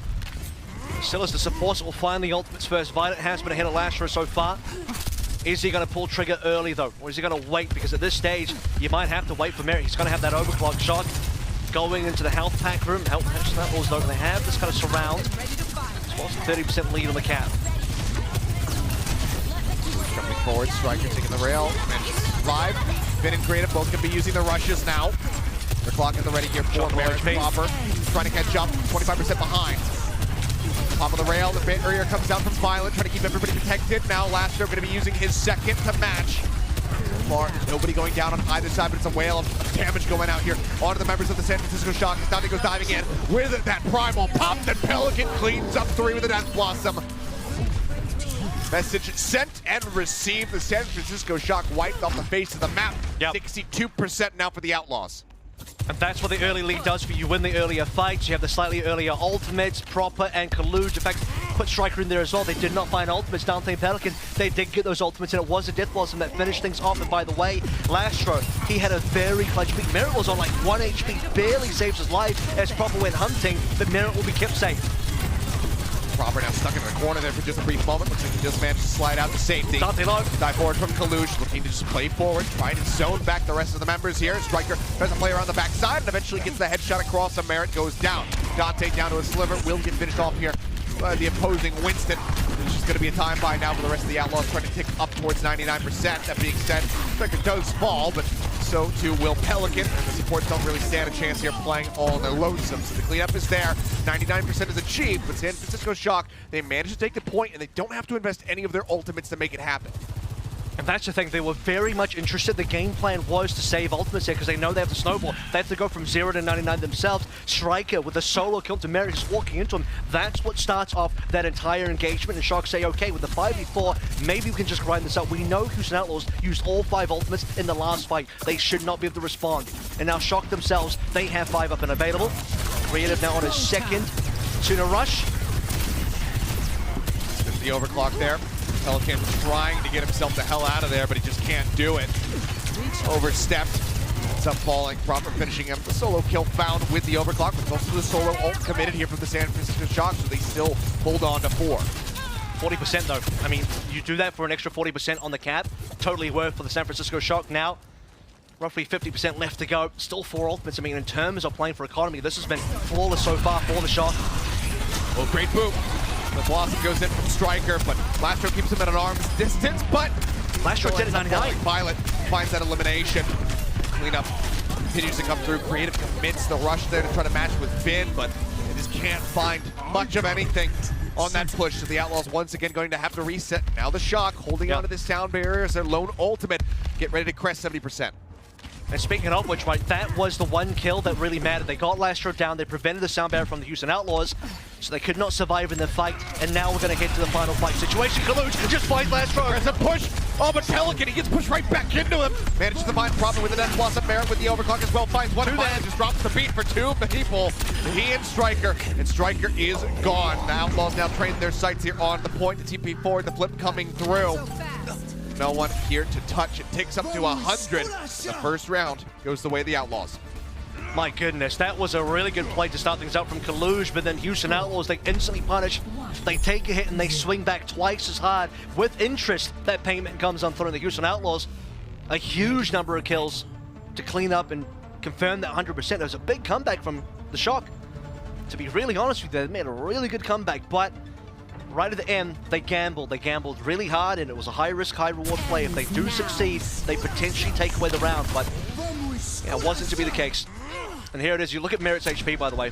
Lastro just pops that one in. Merritt is literally on a single pip of HP when that happens, so very clutch sound barrier coming in. Impeccable timing. We've seen so many near misses. People just right before that barrier goes out. But he gets the save, they get the round, and now it's just one more here for the Houston Outlaws. I'll tell you what, Kaluj has not shied away from playing Hog previously. We saw him and Reiner both pull through Hogs in Mid-Season Madness. So how's this going to work now? You want to be the Hog and the team that has early control of the point. That's currently going to the Shock. They want Dante, they got Dante. Huge pickup here right off the rip. And with the Hogs coming back out, feels like I'm watching 2020 all over again. To be though. Cap coming through. Arista now. Because I'll tell you what, if you're talking about watching 2020 again, that's exactly what Shock won. So they won in 2020. Super was playing the Hog back then. Kaluj will take it now. But the Houston Outlaws, their answer to the Hog, as mentioned, is going to be the Arista. We saw Dante play this on Mega Base. He might still play the Mega Base. They can take this round. Big stick. Oh, the stick. Okay, not going to find the double up there. Striker did get into the Wraith form. Nice reaction from him, but Pelican will get him on the back end all the same.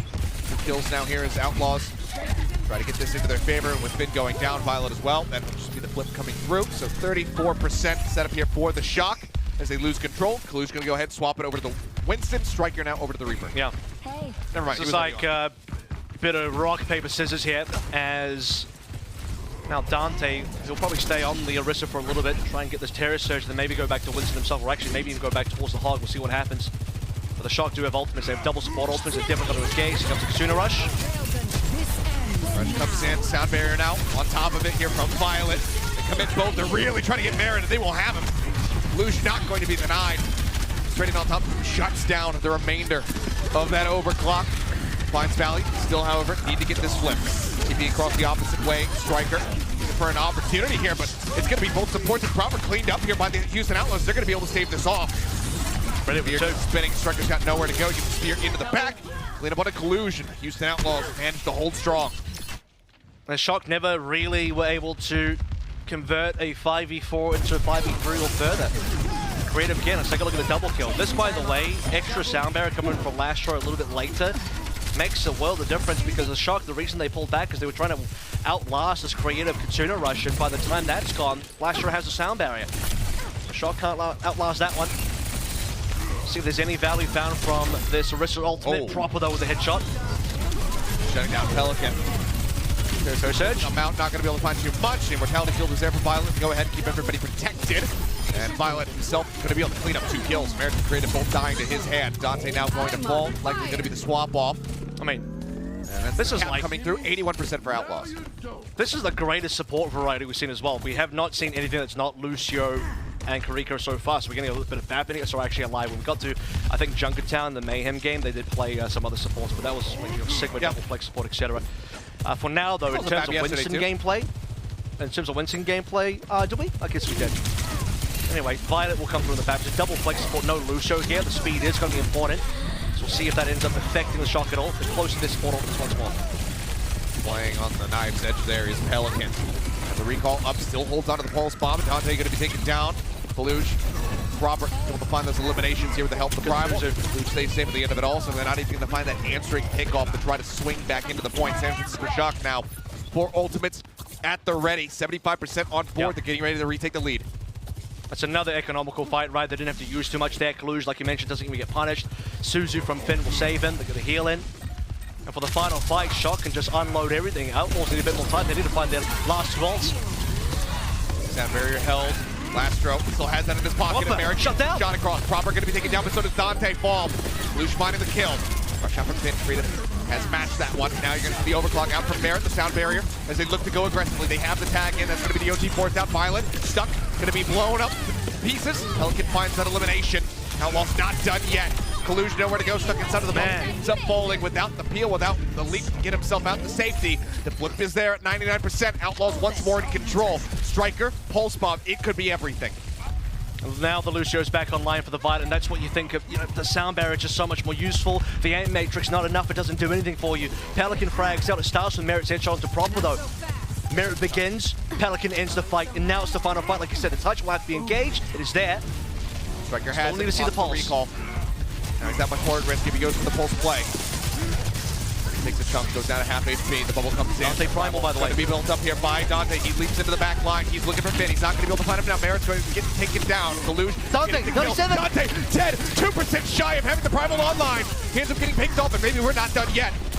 Third round getting ready to come up as Lastro. Everybody on the side of the Outlaws will go down. Pelican is desperately trying to buy enough time, and the clip is going to be coming through. Wow.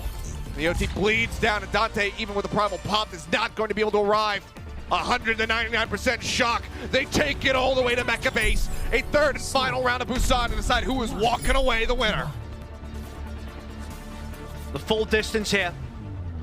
Maximum rounds played. Orisa is what we saw yesterday when the Outlaws played against the Toronto Defiant. Dante's got it locked in again. What is Shock's response? They would have seen that game. They should know this is coming. There it is. It's Kaluge and Proper working together onto Merritt and Dante there as well. Already low HP. Proper with the frag required, and Dante crucially dying so damn close to the Primal, and that Primal could have made some serious difference there, because once Dante falls, you're already starting to lack damage from Merritt, but once you don't have a tank anymore, doesn't look good for you. Double flex support again. Violet looking over towards the bat. To me, this seems like a response to the Orisa, because last time, when we saw Dante when the Orisa even, Merritt, nice, even on Sanctuary, Violet decided to play bat. And I don't think he'll change it. We'll have a look at what he chooses, but I'm pretty sure he'll stay.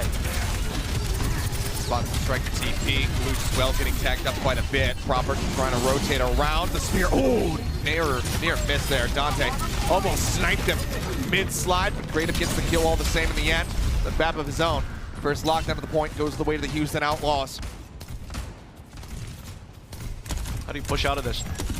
And I think this is where maybe the BAP really works out for you, because the double flex support allows you to have some range versus Orisa. Like will TP past. They'll get past that choke. Very important. Their team is currently a little bit split between Dante. Loads up the rest of the squad.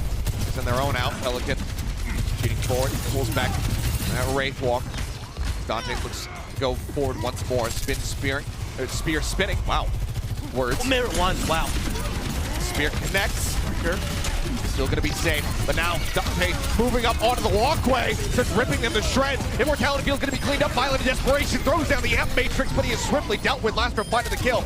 Dante does end up falling, but the cleanup is going to be there. It's going to look clean for the rest of the Houston Outlaws. That being said, Robert Striker still in the mix, but they've got no HP to work with. So eventually they end up dying to the hands of Baron and Pelican. The two Houston Outlaws DPS players standing tall at the end of it all. That was a DPS fight, a straight 2v2 DPS fight. Nobody had tanks or supports or anything.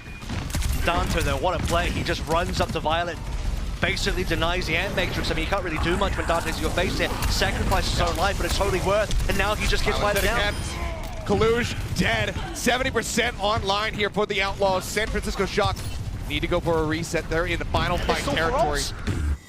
Dante used a Terror Surge. Cool, that's what he used to get Violet down. That's not the ultimate that kills him, but it'll do enough. And with 4 more ultimates, they have control here. Creative can pop a fairly early window. They spot the underpass push, and Dante's just in there, blocking the way. They deny the access. The Immortality Field, the Ant Matrix comes in from Creative. But the Kasuna rush is burnt as well. Finn used the rush. It's gone. This ends now.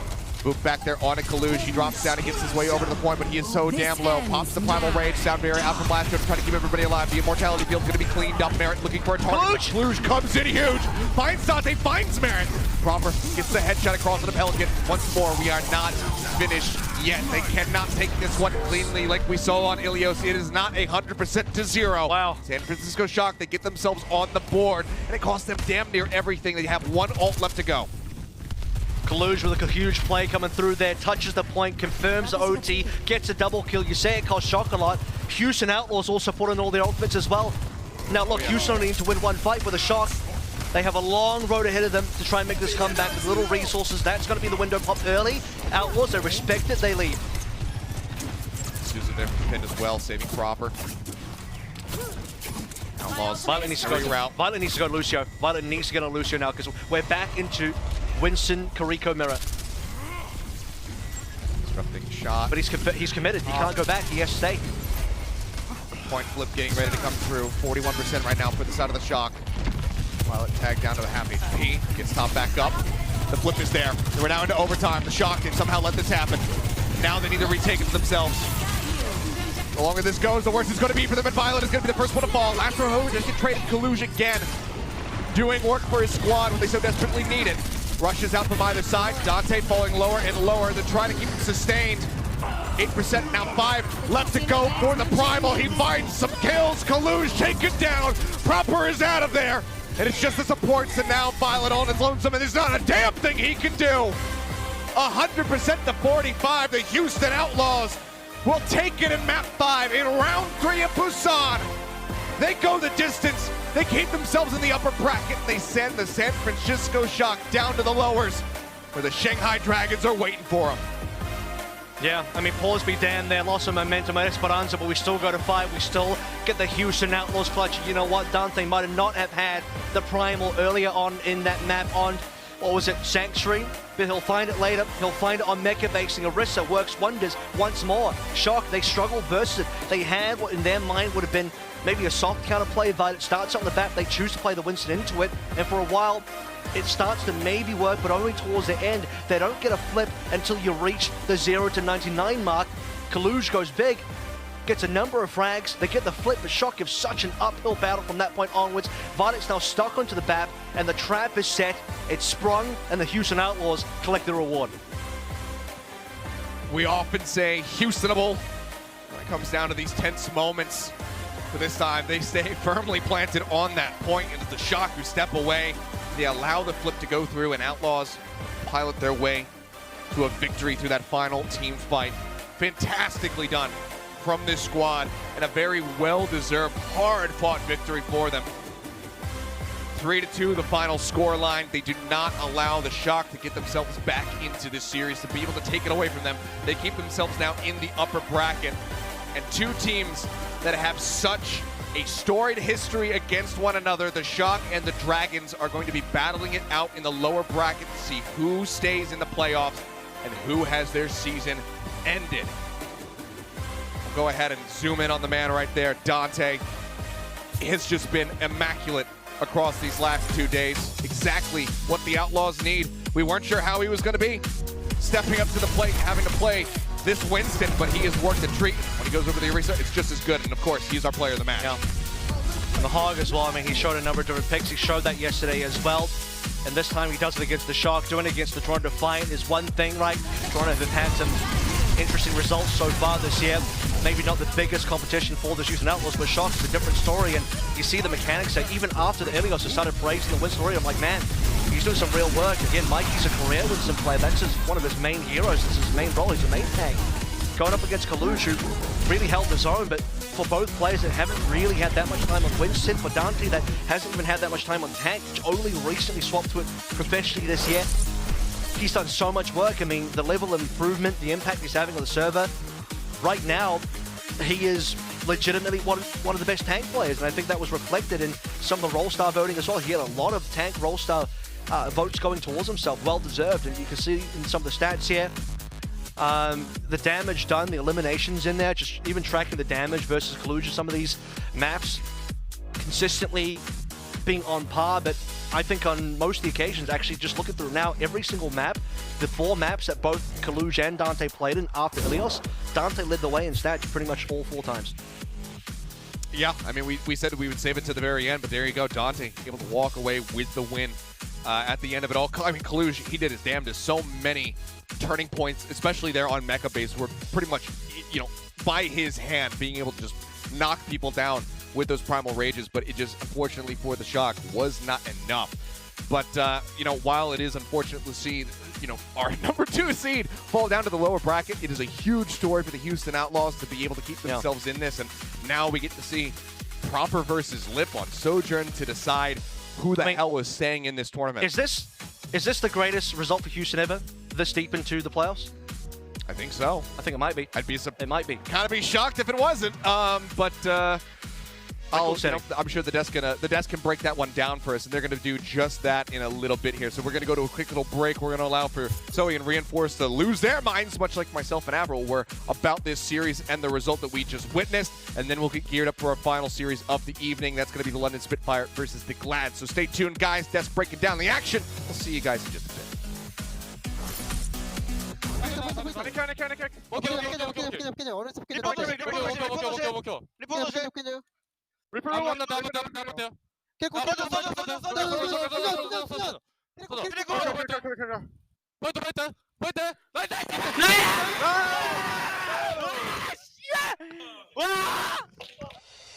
The Overwatch League is brought to you by Butterfinger.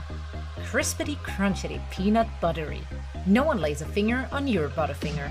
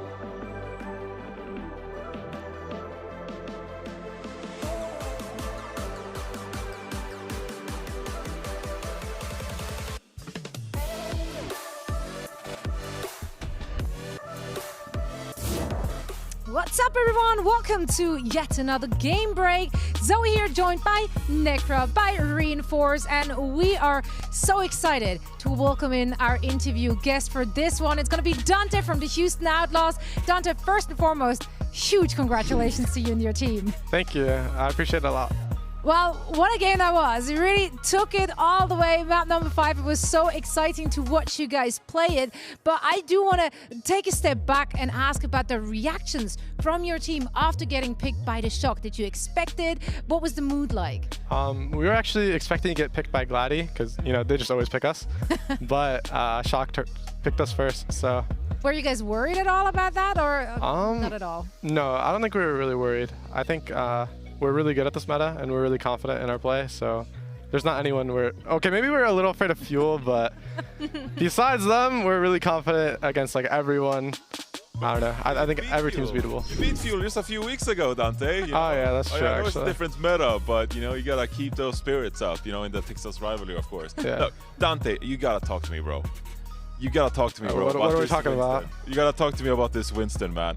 You've been picking up tank heroes all season long, whether it's the Junker Queen, the Doomfist, of course, we know you're great at Doomfist. And now you're picking up the Winston, the Road Dogg here in the place as well. Who taught you to play Winston like this? Because it's looking clean. Our coaches do a really good job. They give me a lot of feedback.